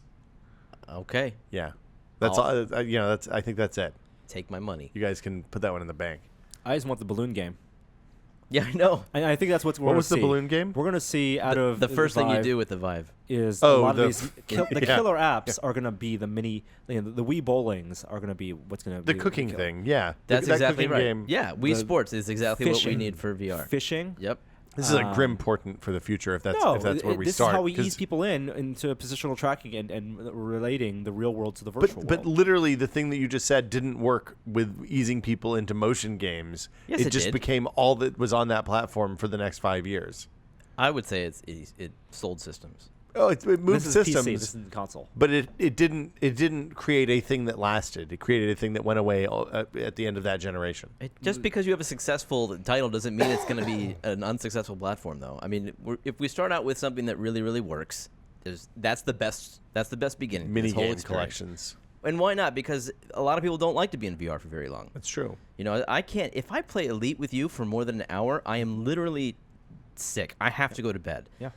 Now, Vive's experience that I got at GDC, by far the most relaxing and enjoyable natural VR experience. And I think one of the lessons that people want to learn is that the natural enjoyment, if you create sandboxes for people to go virtual fishing, and maybe the communication aspect, as Oculus and John Carmack is looking into, that becomes the killer app.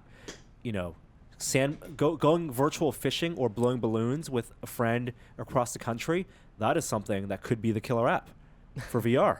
Yes. And I'd be totally okay with that.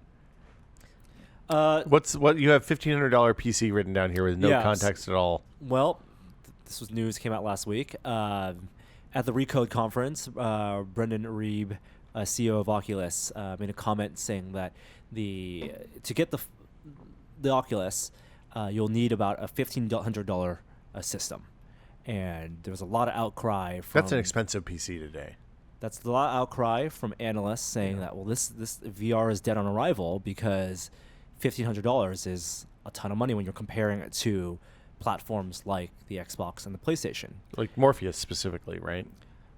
I mean, Sure. presumably, we don't know what Morpheus is going to cost, but presumably it's not going to be $1,500 or $1,100 on top of the PS4. On top of the PS4.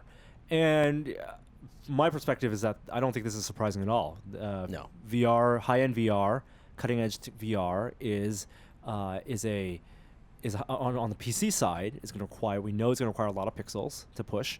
It's going to be very hardware demanding experience. The VR they're going to sell Oculus Rift close to cost, which is what they've always said. This is one of the advantages of Facebook buying them. We're still talking about in the $250 to $300 price range, comparable to DK2. Mm-hmm.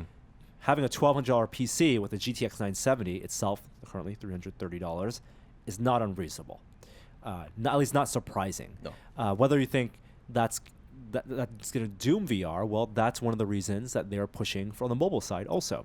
Because how much do mobile phones cost? Well, if you're going to buy a Galaxy Note 4 class phone, that's a $700 phone already. Sure, you pay $200 for it because it's on contract, but that's what hardware makers Actually, I think are the charging. Note probably starts $300 on contract, isn't it? Or is it just yeah, maybe It's $300. they're expensive. They yeah. are expensive phones, and you'll need to also buy headset hardware for that as well. So, VR as a cutting edge technology, no way. I think it's the unreasonable thing is that to expect that when it launches next year, it's going to be a $500 all-in system. I don't think anybody making a VR system right now is counting on the first generation making or breaking VR as a platform. Mm-hmm. You know, they just want to make great experiences that enough people see in order for there to be some momentum for version 2, 3. Yeah, you need the user base out there. Yeah. I think a lot of this is experimental. I think Yep. that's exactly it. But in terms of performance, one of the interesting things that also came out of the NVIDIA 980 Ti announcement is GameWorks VR and the things that are going to fit into NVIDIA's middleware API. Now, I'm not going to talk about GameWorks, the pros and cons of GameWorks. What's That is, GameWorks, Norm? GameWorks is basically the new Glide. It is their middleware that they seed to developers that will either enable optimizations in their hardware or features in their hardware, like FaceWorks, and it's basically like SpeedTree. It's an API for rendering VR. No. GameWorks for everything. Oh, it's for everything. The physics is a part of GameWorks. Well, so CUDA.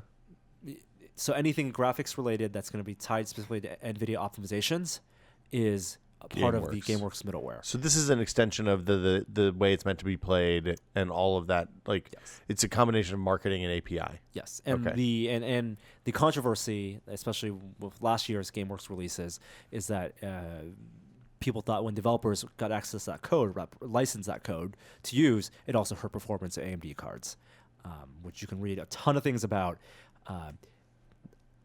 I think the politics stuff will work itself out. What I'm interested is the technology that they're experimenting with in GameWorks for VR. One part of GameWorks VR SLI, which I think is going to be necessary when we're talking about high-end performance. You're going to need an SLI, whether it's on AMD or NVIDIA side, multiple cards to work well in VR. Ouch. I mean, I'm just saying for people who want it, Yep. right? Given, I mean, also, this stuff isn't coming out until spring of next year, except for the Vive. Presumably, we will see at least another generation of GPUs between then, and from one vendor, and maybe from both. I'm just saying as an option. Remember, VR res isn't terribly high, though. Yeah, but So they rendering have to two render viewpoints high. is hard. No, Yeah. it does. They have to render higher and downsample.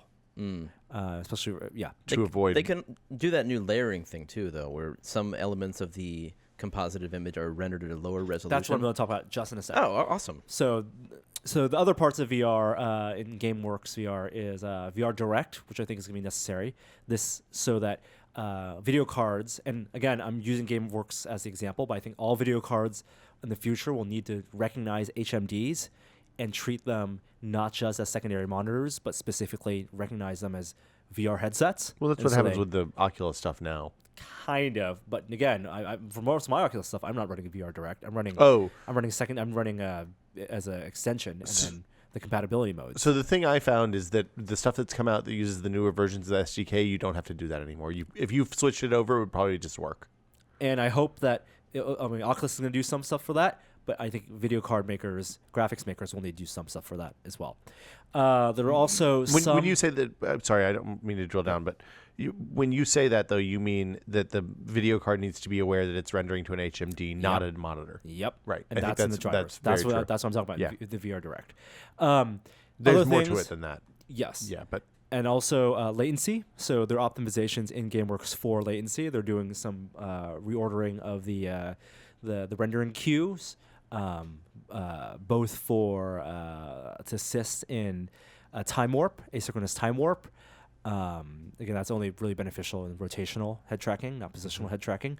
And also the front buffering. I don't know all the hardware specifics about the way the front buffering system works, but they say it will help to reduce latency for VR, getting closer to 20 milliseconds or lower. I mean, so NVIDIA's play with this is to make it proprietary, but you think that this is going to have to come in either a future version of OpenGL or DirectX I or think something? that, yes, and NVIDIA making it proprietary is beside the point. I think that these are technologies that will need to be relevant with all VR and hardware that works with VR in the future. We're kind of coming to a point where we could have another API war again, similar to the old DirectX OpenGL thing. If Valve is really going to push Linux, there's no DirectX on Linux. There's no DirectX on Mac. If people are doing, and there's no DirectX on Android or PS4 either, I guess. So, like, we're in a weird situation once more. Could be. Yeah, could be. And then finally, the really, really interesting thing that you were alluding to, Jeremy, is multi-res shading in VR. What is multi-res shading? Multi-res shading is the idea that not every part of the screen, not every that you see in HMD should be rendered equally. And the way current GPUs output to the HMD renders it in a way. So what the GPU doesn't know that. The graphics card doesn't know that it's outputting into VR. It thinks that it could be to a 16:9 monitor. And you're just giving it a resolution, and because your game developers don't differentiate how they make games, right? They make it for the rectangle box first. So you're pushing out, 1920 by 1080 pixels or whatever the resolution of your display is, and then Oculus SDK then warps it. And just you're rendering 2 stereo images, and then you warp it to look like those ovals. Yep. And the reason you need those ovals is because of the lenses in your HMDs. And the reason the lenses inevitably are going to warp, right? But the reason the lenses warp and the reason the lenses are necessary is for field of view, 1, to wrap around your eyes, and 2, for infinite focus, so that even though you're putting a screen an inch from your face, you can see everything clearly. That is the reason. I didn't realize that's what the lenses had to do with that, but it makes sense. And that's one of the reasons that VR sucked way back then. The headsets were bigger. Headsets are smaller now because the lenses also work for infinite focus and FOV. But because the Oculus SDK or whatever VR SDK has to do the warping, the rectangular image that the GPU is outputting, the sides of that image get crunched. The periphery get crunched. By the lenses? By the warping. By the warping. By the warping software. Right. And so to accommodate for the lenses. So what you're saying is that there's literally less detail that you can make out on the edges of a screen than in the center of the screen. There's more detailed render that's necessary because the warp factor It gets crushes those pixels. Right on. Okay. So what multi-res shading does is tell the GPU, hey, I know that you're outputting to VR, and I know that what the end user is going to eventually see through those lenses is more of the center part of this rectangular box. Mm-hmm. Let's change the shape of this box so that the edges, we crunch it ahead of time in math and just not render those pixels. So it's basically saying it's the inverse of the fovea stuff we talked about a few weeks ago. It's kind of like that. Yeah. So the way they do it is they split the rectangular the display, the output into what they call viewports, and right now it's like a 3x3 grid. And in the software, you can a 3 pixel by 3 pixel grid, or 3 inch by three section by 3 section okay. grid.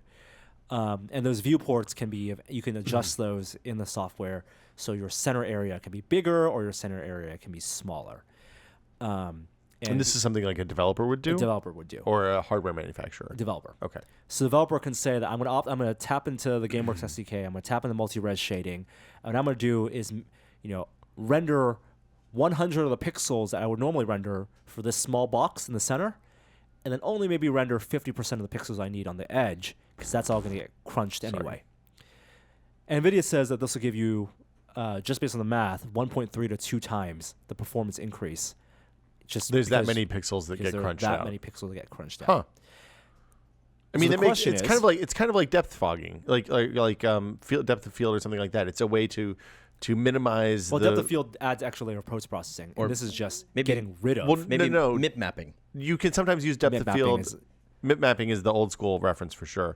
But depth of field, they use depth of field the same way we used to use fog to minimize detail in places that, like the necessary detail in places that aren't rendered. Yeah. So they pre-run the shader, see what's going to be rendered, what's not, and then render the frame. I think it's brilliant because not only is it, the lensing, minimizing the detail already, crunching the details already in the side, but your eyes rarely look to those sides. And even using the system, I did an A/B test. Did they show demos of this? Yep. Okay. They did an A/B test where they flipped it on and off, and I stared at the edge and stared at a texture and stared at the edge of a polygon. Like you cocked your eye all the way out to the side. All the way to the eye. Yeah. All the way out, looked to the left, all the way to the right. I could barely tell the difference in with it turned on, with it turned off. And I couldn't even see where the seam was. I couldn't see where, because the viewports are just rectangular boxes. They can blend that stuff, and if there's pixels that are getting crunched, though, you're not going to see them at all, right? I couldn't see the seam. They flipped it on, the edge lines, the viewport lines. Did you try wiggling the goggles around? Wiggling the goggles goggles that around. your eyes position related to the screen changed? Yeah. Okay. And if I looked and you turn the grid on, then you can notice. But the bigger lesson is that I think the way we use VR, your eyes are not darting around to the edges. Your eyes definitely dart around in the center, but it's more about head tracking and moving your head to look around, and less about looking all the way to the left and all the way to the right.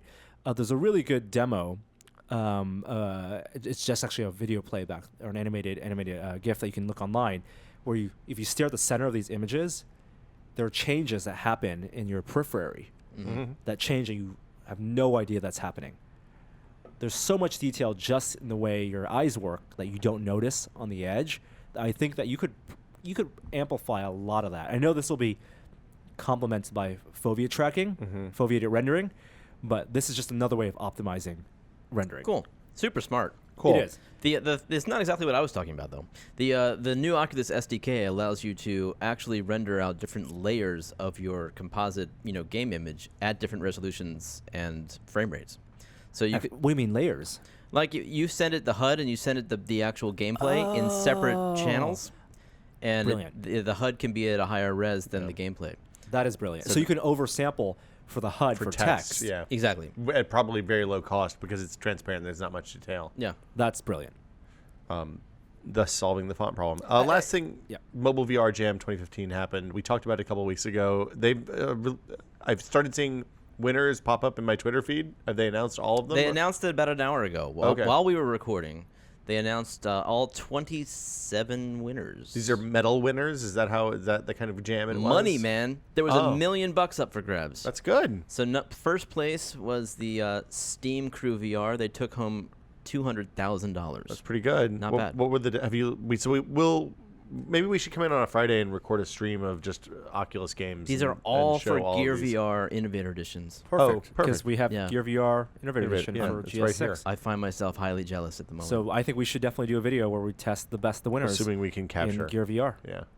you remember Tank Wars or Scorched Earth? Yes. Mm-hmm. Oh, Guess yes. what there is? A Tank Wars or Scorched Earth? Yes. Is that like Battlezone too? What do you mean? No, it's not like Battle. No, it's like the 3D Battlezone. It's like you're sitting at a table with the little war game in front of Nifty. you. Okay. Worms. Looks very cool. Cool. Worms.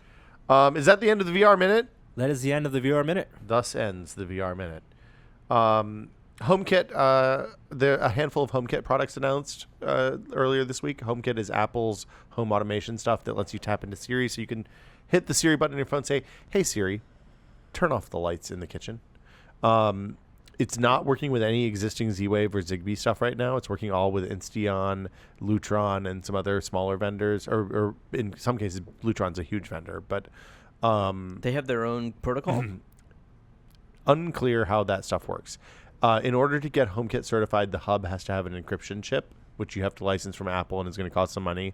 The thought on developer boards that I've looked at for this, I didn't get to dig into it too much, but the thought is that like providers like SmartThings and Wink will probably sell a dongle or something that you can plug into your hub, so that they don't have to charge everybody. If they don't have to charge all the Android people the extra $10 or $20 or whatever it is for the chip while the cost is high. The way HomeKit stuff works seems to be a little different than the way SmartThings and Wink and some of the other stuff have worked. And the assumption is that we're going to learn more about how that stuff works at WWDC next week On Monday.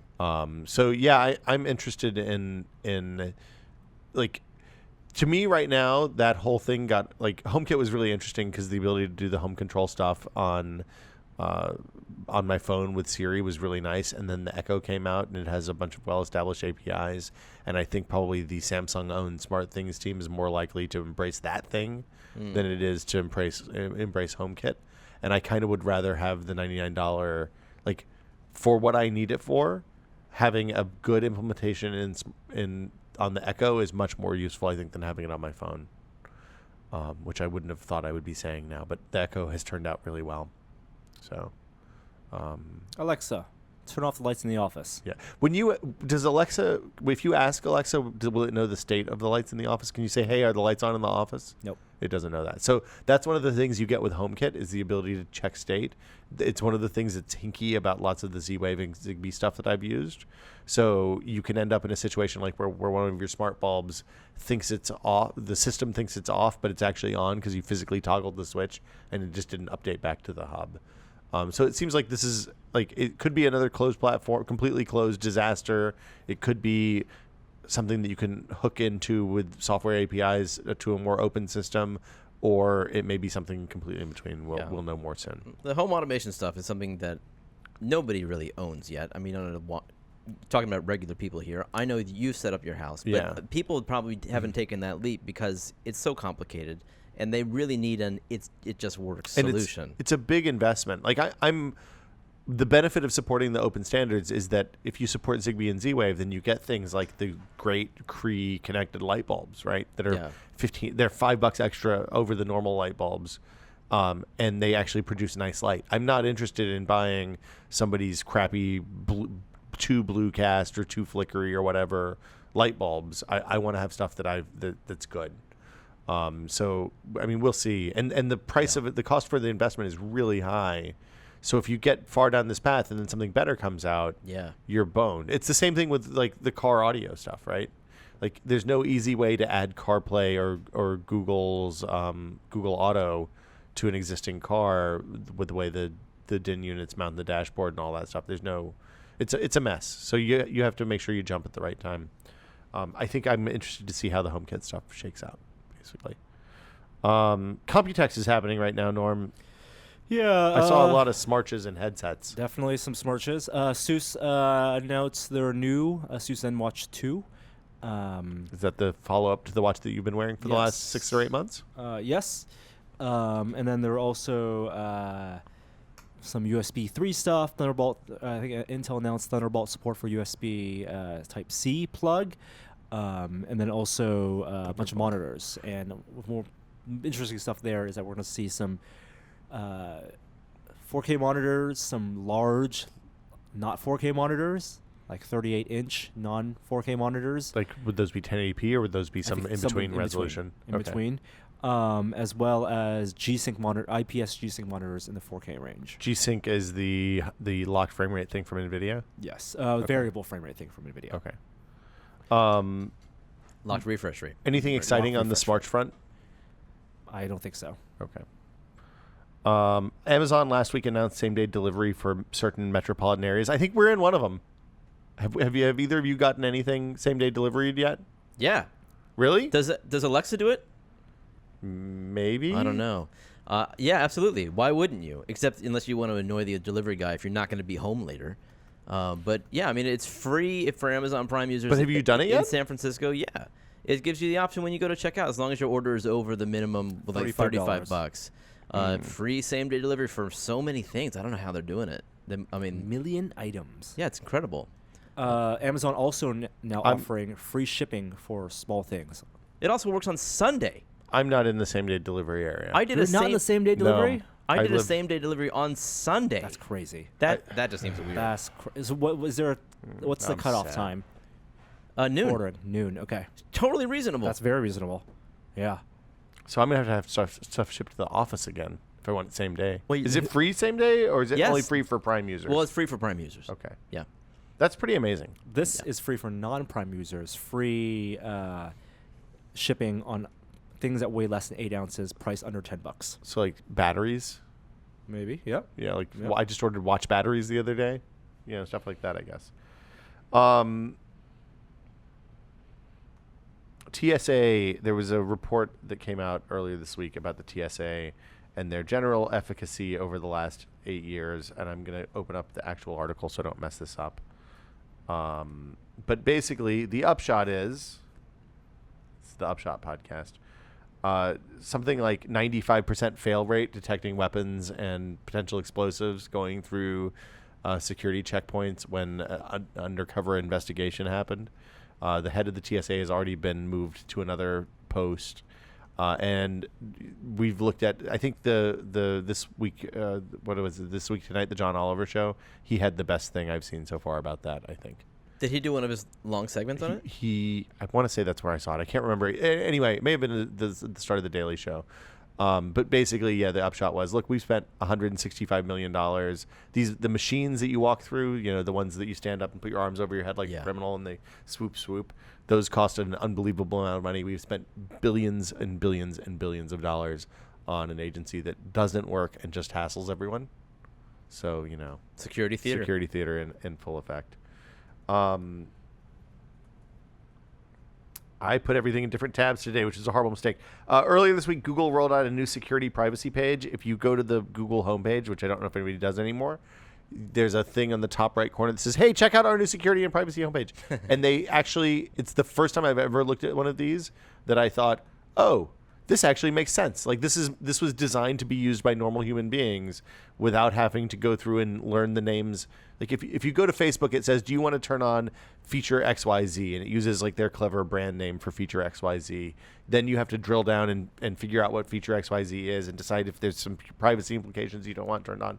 Yada yada. Google just says, "Hey, here's all your location tracking stuff. Here's all of this. Do you want to keep doing this or not so much? Here's where your two-factor authentication is. Here's where you can turn that stuff on and off on a per password basis. All that. It's quite good. So I would encourage everyone to check that out if you use Google. A team at Massachusetts General Hospital regrew a rat's forearm. Whoa. Did you see the picture of this? Click on the link. It's terrifying. No, thanks. It's like a little tiny rat arm just in a Petri dish flayed out. It's exactly what you would imagine it is. Stem cell stuff? I have no idea. I saw that a boy survived 45 minutes underwater. Ooh. Was it freezing cold water? No, they reoxygenated his blood. Jesus. They did a new procedure where they reoxygenated his blood and then put it back inside him, and he came back alive. Did he have brain damage and stuff? I don't know. He's alive. Okay. I don't know. Okay. Yep. So this is called the decell recell process. They used it's already been used to grow hearts, lungs, and kidneys within Petri dishes. Basically, they decellularize organs from deceased They use decellularized donor cells from deceased donors from the appropriate organ. They wash a forearm from a previously expired rodent until just the scaffold remains, is what the New Scientist describes it as. And then when you put it back in there with the right stuff, the scaffold regrows from the recipient using cells from the recipient. That's super weird. Super weird. The video is really good. I'll post that as well. Showtime's launching their cord cutter service this July. It'll be on Apple. Oh yeah, it's $12 or so, right? $11 a month. Yeah. Not bad. It's gonna add up. I don't think Showtime is the same amount of content as HBO. That seems like something I would turn on when there's something I want to watch and turn off when that's over. They're betting people won't do that. It's a lot of work. New York Brian Chan at the New York Times reported that there won't be an Apple TV at WWDC, and I think the article even said that this was a decision that was up in the air as recently as a month and a half ago. Yeah.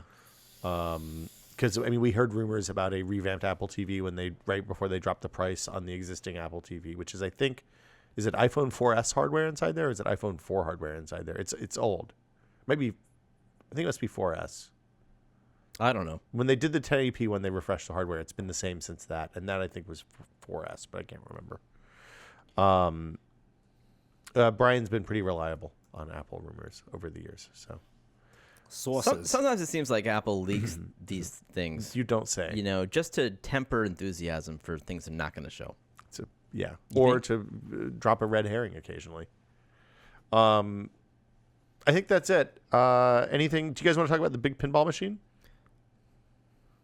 Yeah, I guess I'd be the guy for You're that. the big pinball guy. You posted the story, though, Norm. Yeah. Well, I thought you'd be interested. I was. You didn't post it for me, though. You posted it for everybody. For everyone. Everyone likes it. There's a show in Germany, right? Yes. It's not necessarily a pinball show. It's a museum, not unlike... Science museum, Yeah, like the exploratorium exploratorium kind of thing. And they have this rotating exhibit space that they filled with a pinball exhibit right now, right? Mm-hmm. Now, I saw pictures in the video of this... Galactic. It's a large, huge pinball machine that's Arduino powered. Yeah, we're going with scale. We're talking about 3 meters by 6 meters. Massive. And they're really great photos, just the fabrication of it. The software, the Arduino code he put up online. So it's really nice just to follow the build. The guy's really cool builder. Oh, there's a build video? Build photos. Oh, that's cool. Yeah, lots of photos. Hey, Joey. It's pretty cool. Can you flip the ad for a sec? You could have turned your mic down or something. That would have been the smart way to do this, I guess. I don't know. I'm not a pro. I'm not a pro. Are you guys done talking about the pinball machine? Yep. I would love to play it. They should rotate that over here. I want to play that in the I think that is a Exploratorium. good idea. And now for a brief word from our commercial sponsors. This link you sent me didn't load. Really? That's not good because I don't have it open either. Norman Chan Hey, Will. You, in a past life, were a T-shirt selling mogul. Yes, I did sell some T-shirts. When you tried to sell those T-shirts, how did you do? Did you build a website? I did. I clumsily built a website. Was it a real pain in the ass to hook up like Payment. credit card and payment and all that yes. stuff? I believe I used a really. I'm not going to name the system. No, I don't used. name the system. It was. It was not bad. good. Yeah. It was a hassle. It was expensive. Do you have to too. sign a bunch of stuff and sign contracts and all that? Yep. And tie to banks and make phone calls and not good. You know, if you wanted to build that same website today, you could do it with Squarespace. It would cost you $8 a month. You would get a free domain, normshirts.com. And yeah, you get a free domain if you sign up for a year. That's basically all there is to it. One of the great things about technology today and web tools today is how easy. If you have an idea, you can just do it. You don't need to spend 6 months on something. If you want to sell something, you have product. 2 weeks. You can be up and going. You just need to put up the website on Squarespace, head to the post office, and start shipping off goods right away. You can start your free trial today. There's no credit card required at squarespace.com. When you decide to sign up, make sure you use the offer code TEST, T-E-S-T, to get 10% off of your first purchase. Squarespace. Build it beautiful. And we're back. Hey, Yep. What's everybody testing this week? Anything fun? Don't we do a musical segue? Or I Well, guess we had that to was add it. That was because it. I mean I can All right. hear. Hold on. No, we like people to support us. Thank you. Yes, Please thanks to support Squarespace for supporting us. And People out really, there. when you fill in those codes, it helps. I know a lot of people on some ads we did a few weeks ago, like people ask us for the codes. We usually try to put them in the description, but then you can also, if you can't find it and you want to know, we'll track it down for you. So it's always a good thing. Norm, how do you like that Surface 3? I really like it. We did a video for it the other day. Yeah, it's gonna be up in 2 weeks or so. Yeah. This is the Surface 3 laptop. I'm not gonna call it a tablet. It's a tablet laptop hybrid. Well, yes, technically it's hybrid. Keyboard runs the Atom processor. This only folds to 22, 42, and 60 degrees. So it doesn't have the full swing. Doesn't that go the to old one had. 150, but it's light. I love this size for a portable laptop. It's form factor, and I think and the pen is really nice to have. Are you carrying that and the MacBook right now? I'm carrying the MacBook right now, and this I took to San Diego for a trip there. Like when we went to San Diego, you did the thing I've always wanted to do, where you literally just brought a laptop. I brought this. You brought that and a phone. And that was it. No chargers. No chargers. Worked all day. Yeah. Worked on the airplane. I was able to tether on my phone for Wi-Fi or for internet, and This has a high output power on the USB jacks, yes. so you can charge your phones nice and quick. You could charge your phone. Not nice and quick. not the turbo boost. Okay. Yeah. It charges over USB though. Oh, It charges. Is it USB-C? Micro. So I mean, not to steal the thunder of the video that's coming up in a week or two. Too expensive. It's too expensive. Is the For all knock? in. Yeah. Because if you could get it for $500, $600 with the keyboard, with the stylus, that's one thing. But the keyboard's $130, the stylus is $50, and to get the one that you want, you really have to spend $600 or $700 on it. $600 on it. Before you get that stuff, before Yep. you get the accessories. So it's unfortunate. I fixed my UEFI problem. who? The what? We talked about UEFI. UEFI. UEFI is the next generation BIOS. So instead of using the mouse BIOS. yeah, it's the mouse BIOS. Yeah. I decided that I wanted to boot off of UEFI on my machine at home because I wanted it to boot faster, and I have a RAID situation, so that makes it boot faster. Turned all that stuff off, had massive problems with it, went through a whole series of hassles, got rid of the second UEFI partition, which was on my old hard drive. The way you do that, just because this is fun, is you back up everything that's on that hard drive, then you low-level format the hard drive, and then you reformat it without the UEFI partition. You can't delete the UEFI partition using any of the tools that I had available, including like DiskPart, the command line tool in That Windows. sounds like a virus. Theoretically, you could do it with a Linux partition manager, Gpart-D, Yeah. but like the hassle of building the Gpart-D disk was more than just booting off of, like, backing it up and then wiping it and restoring it. So that and that combined with a BIOS update solved the problems. I'm very excited about this. Now my computer boots, except for the 5-second pause when it says, "Hey, do you want to go into Windows 8 or Windows 10?" In like 2 seconds. Cool. Like the little ASUS logo comes up, the thing spins for a second, then boom, you're right there. I've been where you are. I know you're happy. Yeah. Good. I thought it was never going to be fixed again. I was going to have to just build a new computer. I was in a dark place. Norm, you've been using the G4, the LG G4 for a couple weeks now. The LG G4, their new flagship. I think it's actually out this week for at carriers To purchase? to purchase. It is kind of the anti-Samsung Galaxy S6, the removable battery and expandable SD card storage. Still not big sold on LG's power button and volume buttons in the back. No one who's unfamiliar with it can figure it out within the first 10 seconds. Especially if they're trying to play music on this. But it's a fantastic camera, and the review ran up, so yeah, I like the camera.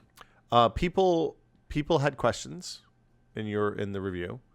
How's the sound quality when you make phone calls, Norm? Sound quality is great. That's the kind of stuff, just so you guys know, if we don't mention it, it meets the standard. It's good enough. Usually on like core phone functions, we only talk about stuff if it's bad. I got a soldering iron. I don't have it here, but I got a new soldering iron. Jeremy, I would expect that you're a soldering iron aficionado. No, I just went to Amazon and bought what people said it was good. The mid-price Weller? Or? I had heard you want a temperature-controlled soldering iron, and so it was a Weller, yeah. Yeah. Yeah, the blue one. I think it's bluish-green. But you didn't go Weller. You went Hacko. I went Hacko. So when we did our last soldering thing, everybody said, "Hey, why are you fooling around with that Weller? Get a Hacko." And I went and got in a Hacko. It is a really nice soldering iron. You have like digital control over the temperature. You can say, "Hey, I want the tip to be 450 degrees." It seems like it's like PID controlled or something. It rides really close to that temperature, and you don't have the guessing of, is a 3 on my knob enough to get the solder that I want to use melted, or do I have to crank it up to 7? It has the little steel wool hole in the holder. Like the other thing I like about it is that the power supply is one piece, and then the actual holder, the holster for the soldering iron has a sponge and the little steel wool thing built into it, but they're separate pieces, so you don't have to have them all together. You can put the power supply off to the side and makes cable management a little easier. And they have a ton of tips that are available, which I can never find tips for my Weller soldering iron. So cool. I'll do a show and tell or something with it at some point in the future. It's super nice. I Heats up nice and fast? Heats up crazy fast. I desoldered on, I don't know if you've fooled with your Ergodox since we did that We Can Build, Norm. But my USB port was just a little too tall. I ended up desoldering the USB socket, snipping the wires, and just routing the wires to the right pads on the board so it would close up. And that would have been a big hassle with a lesser soldering iron, so I was excited about this. How's your Ergodoxing going? Are you typing with it regularly? Nope. I can't do it. It made me crazy for about 5 days, and I'm getting the knack of it now. So the Ergodox we built, it's a columnar ergonomic split mechanical keyboard.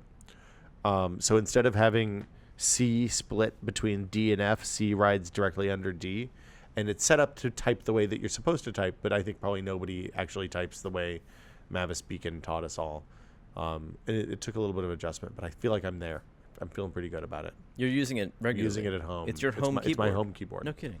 I still have another keyboard there just in case, because I set up, I put the escape key in a bad place, and sometimes I can't get to it, so I need to plug in the other keyboard to press escape, which is, but anyway, it doesn't matter. It's interesting. I don't know if I'm going to stick with it forever, but I like having a mechanical keyboard that's ergonomic. I wish that there was something a little bit better. Chef Steps video. We did.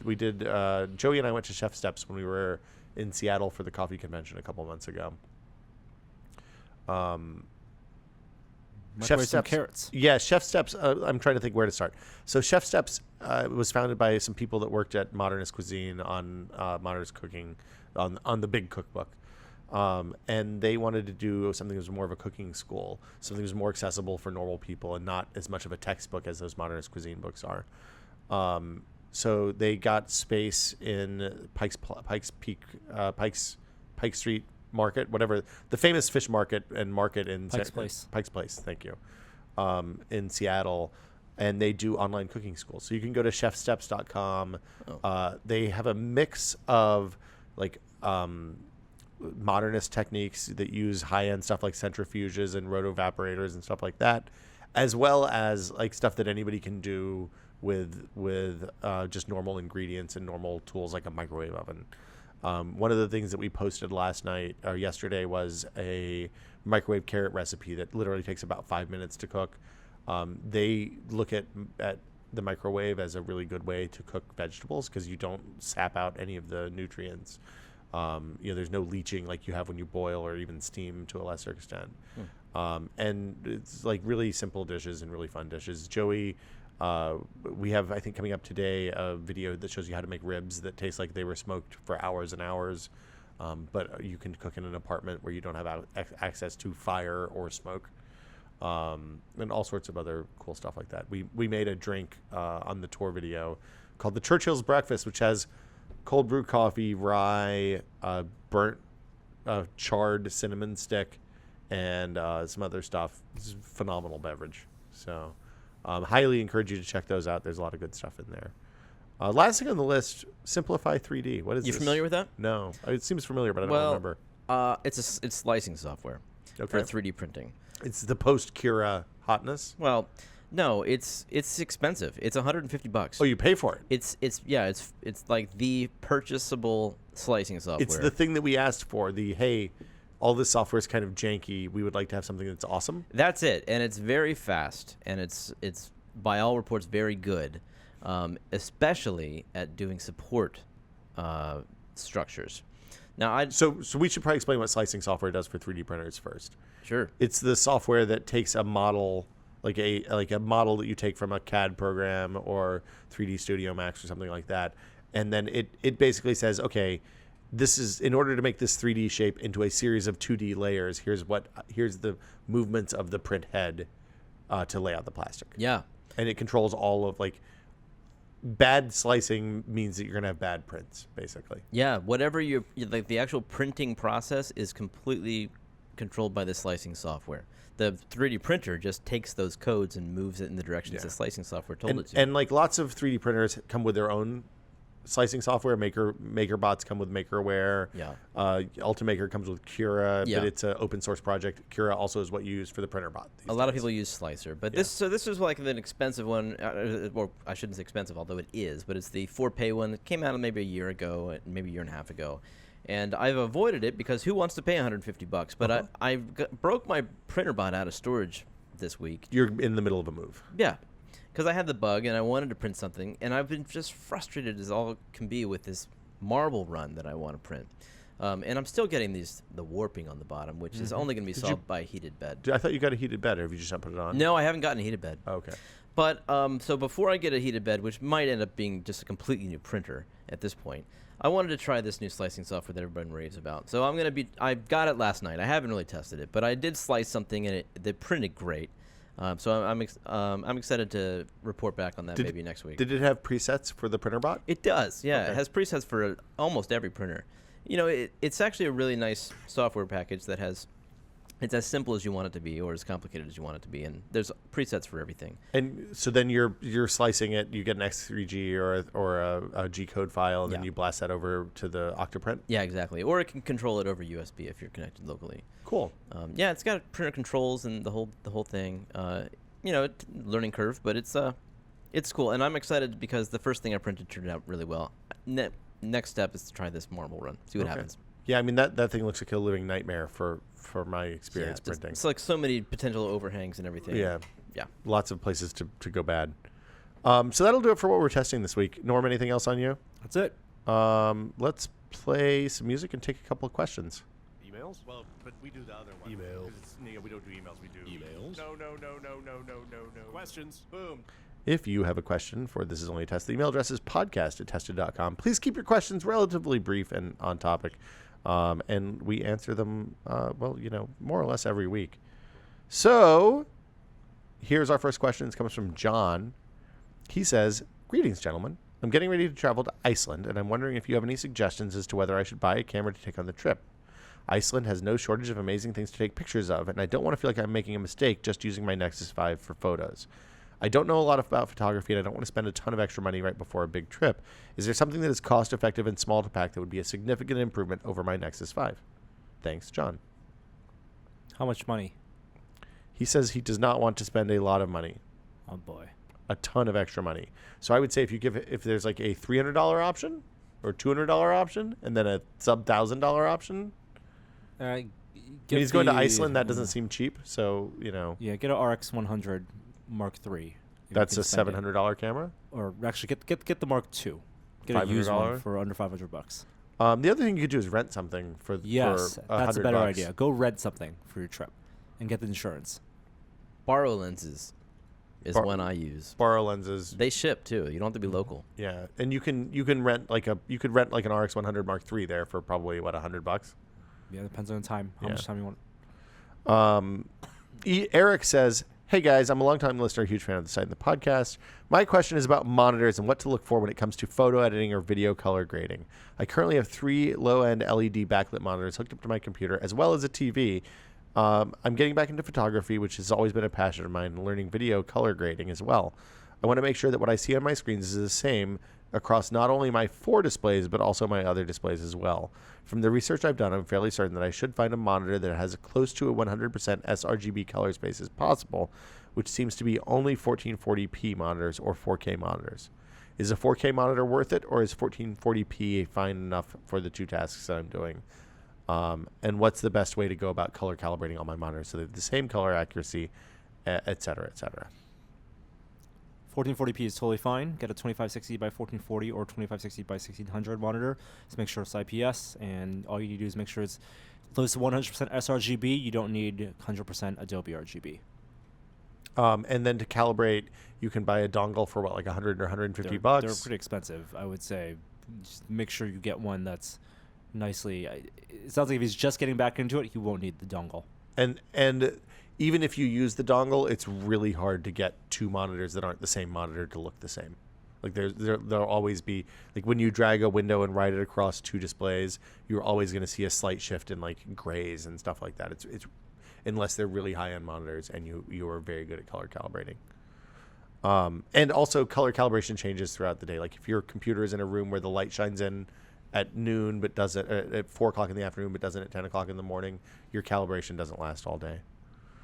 Matt says, "Hey guys, I have a 2007 Mac Pro running Snow Leopard. This was my workhorse PC through college, and it's treated me very well.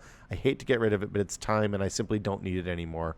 What do you do with old computers? Does this still have resale value? Can I harvest parts from it, or should I just take it to an electronics recycling center?" This is a good question. Yeah, I have a big box in my garage full of old stuff that just ages. Like a lot of times, something that seems like it still has value, I'll give to family members or passes down the chain. But once it reaches the end of life, I mean, I look for the electronics recycling flyer from my garbage company that happens 3 or 4 times a year, and I just take a big box full of stuff over to them. Yeah, same here. Or sometimes schools will take old equipment, but you got to watch your data. You want to wipe your hard drives and stuff, Yeah. make sure everything's clean. And do you do like the for real 7 times over wipe with the hard drive God, for no, that? Okay. no. Quick format. What about SSDs? I've never had to recycle one. I'm still on my first. Yeah, I mean, I wonder what I don't know. I assume you just chuck them in the shredder like everything else. But anyway, Norm, what's your strategy? Has it not been an issue? Not been an issue. You just keep passing it down, so it's somebody else's problem. Give the old stuff to your parents, brothers, whatever. Box full of hard drives one day. We'll need to get burned. Yeah, I have a box. I have a big box full of I think every hard drive I've ever owned. Yeah. Yeah. Yeah, I bought. So if you have this is a good solution. If you have an old hard drive, like I don't have parallel ports on any of my computers, or not parallel, PATA ports on any of my computers anymore. I actually went out and you can get for like $20 on Amazon a dongle that is a USB to SATA PATA or the even older 30-pin PATA that you can then use to pull data off of old drives. Yeah, that's a good thing to have around if you have a bunch of old crap. I don't know if old people need that. My friend who I grew up playing PC games with, I'm talking like the 80s, right? Mm-hmm. He sent me a box he had in storage of 5 1/4-inch floppies. and I have successfully copied off about 95% of the data from those things using an old Wow. 46 that I have. Wow. Yeah. Do you use the 486 to play old PC games or something? Yes. For example? You know, the Sierra games. I have an MT32 hooked up to it, and you know, all the Quest games, Wing Commanders. You know, a few LucasArts things. Although I was more of a Sierra guy. Early stuff. Like Sierra released a Christmas disc back in the day that had ad-lib music, and you could download it from their BBS. But I don't know if they ever distributed it. So I put that on at Christmas time for the kids. Is that nerdy? No, that's okay. It's okay to be nerdy, though, too. Yeah, it's okay to be nerdy. This 21st century, man. You're just a 21st century man. I think that's probably it. Whew. Pack podcast as promised. It's a lot of. I don't know about the best, but definitely the most podcast we've had in a while.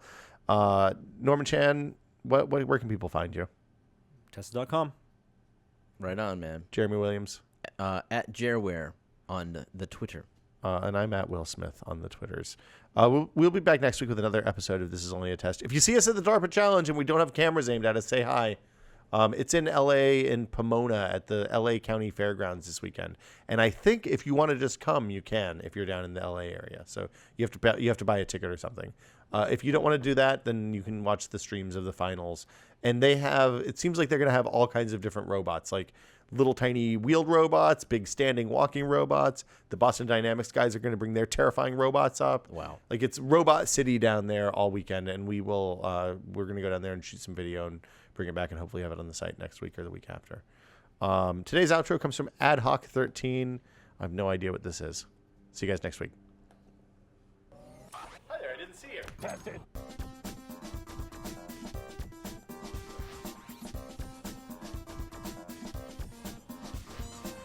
One-way trip to VR. We'll get the couch and the Soylent ready for you. Say goodbye to your children. Have you played Splatoon? No, I haven't. I look forward to it, though. What's Splatoon? Splatoon is. Did you show me the thing? You showed me the thing of like Let's make a post-apocalypse. post-apocalyptic Yes. game, yeah. So you got Bethesda, id Software, all these cats who have made post-apocalyptic games Yeah. with zombies and death and basically Brown. a brown palette. Yeah. And then Splatoon is a post-apocalyptic game about squids who fight each other by squirting ink on the world around them. And when you squirt ink, you can like if you can switch into squid mode, duck into the ink on the ground. It's kind of like those the liquid puzzles, the liquid sections of Portal 2. So you squirt the ink on the floor. Norm suddenly perks up. You can dive down into the ink. That lets you go a lot faster, so you can like run away. You are Ink, right? Don't you play as Ink? You're a squid. You're a squid boy. Oh, is that or right? Or a squid girl. I see. You're Squid. I Yeah, see. and you squirt ink, and there's a bunch of different guns. Like there's paint rollers, there's little pellet pop guns that shoot little balls of ink. So there's like platforming kind of stuff that happens, and then there's also competitive stuff that happens. I haven't done any of the multiplayer yet. I've just been going through tutorials and single player so far. But it's very compelling. I understand that It's very sweet. It's not so much about shooting your opponents; it's about land acquisition. Yeah, it's territory control. Right. So you shoot the ink. I think when you shoot your opponents, it maybe stuns them a little bit or something. I think they reboot like back at the start. Yeah. It's very non-violent. When you die, you don't really die. You just go back a little bit and start the segment you're on over again. And it's very like as I was playing last night, I was kind of giggling because it's a very Nintendo game. You know what I mean? Like Yeah. There's good movement. Like the physics feel right. Feel very Nintendo-y. I haven't heard anyone talking about a Wii game in forever. A Wii U game. Sorry, Wii U. So this is exciting because we like the Wii U in my household. Yeah, I mean your kids are in the wheelhouse age for Mario Wii U, Kart. I would think. We're maps. gonna pick it up. Yeah, we just Yeah. played all those new maps. They're good. Yeah, I haven't played them yet. F-Zero one's really good. The Really? second F-Zero one. I can win Mario Kart. I cannot beat my 8-year-old at Super Smash ever. Really? Not even like by luck. You want to come over? I can teach you some Have stuff. you played 200cc? I might need that. Have I played what? 200cc? Oh. 200cc What's No, I 200cc? I haven't. in Mario Kart. The new. The new super fast. We tried that, but I'm good at 150, and 200 is a death trip You for have me. to brake. Or intentionally choose a really slow vehicle. Huh.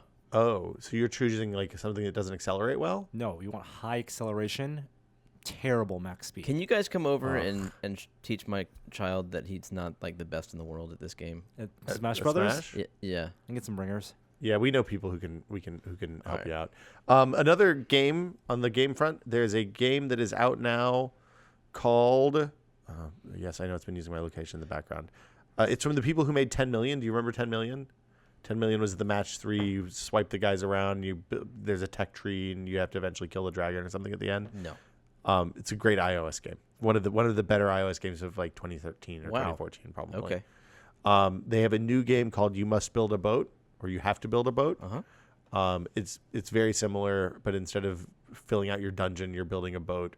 It's really good. They've added some new mechanics to it that I quite like. So definitely recommend that. I think it's $3. So it's money worth your time if you want to kill some time. That's it for me. Okay. I gotta pee. Okay. See you guys next week. Bye.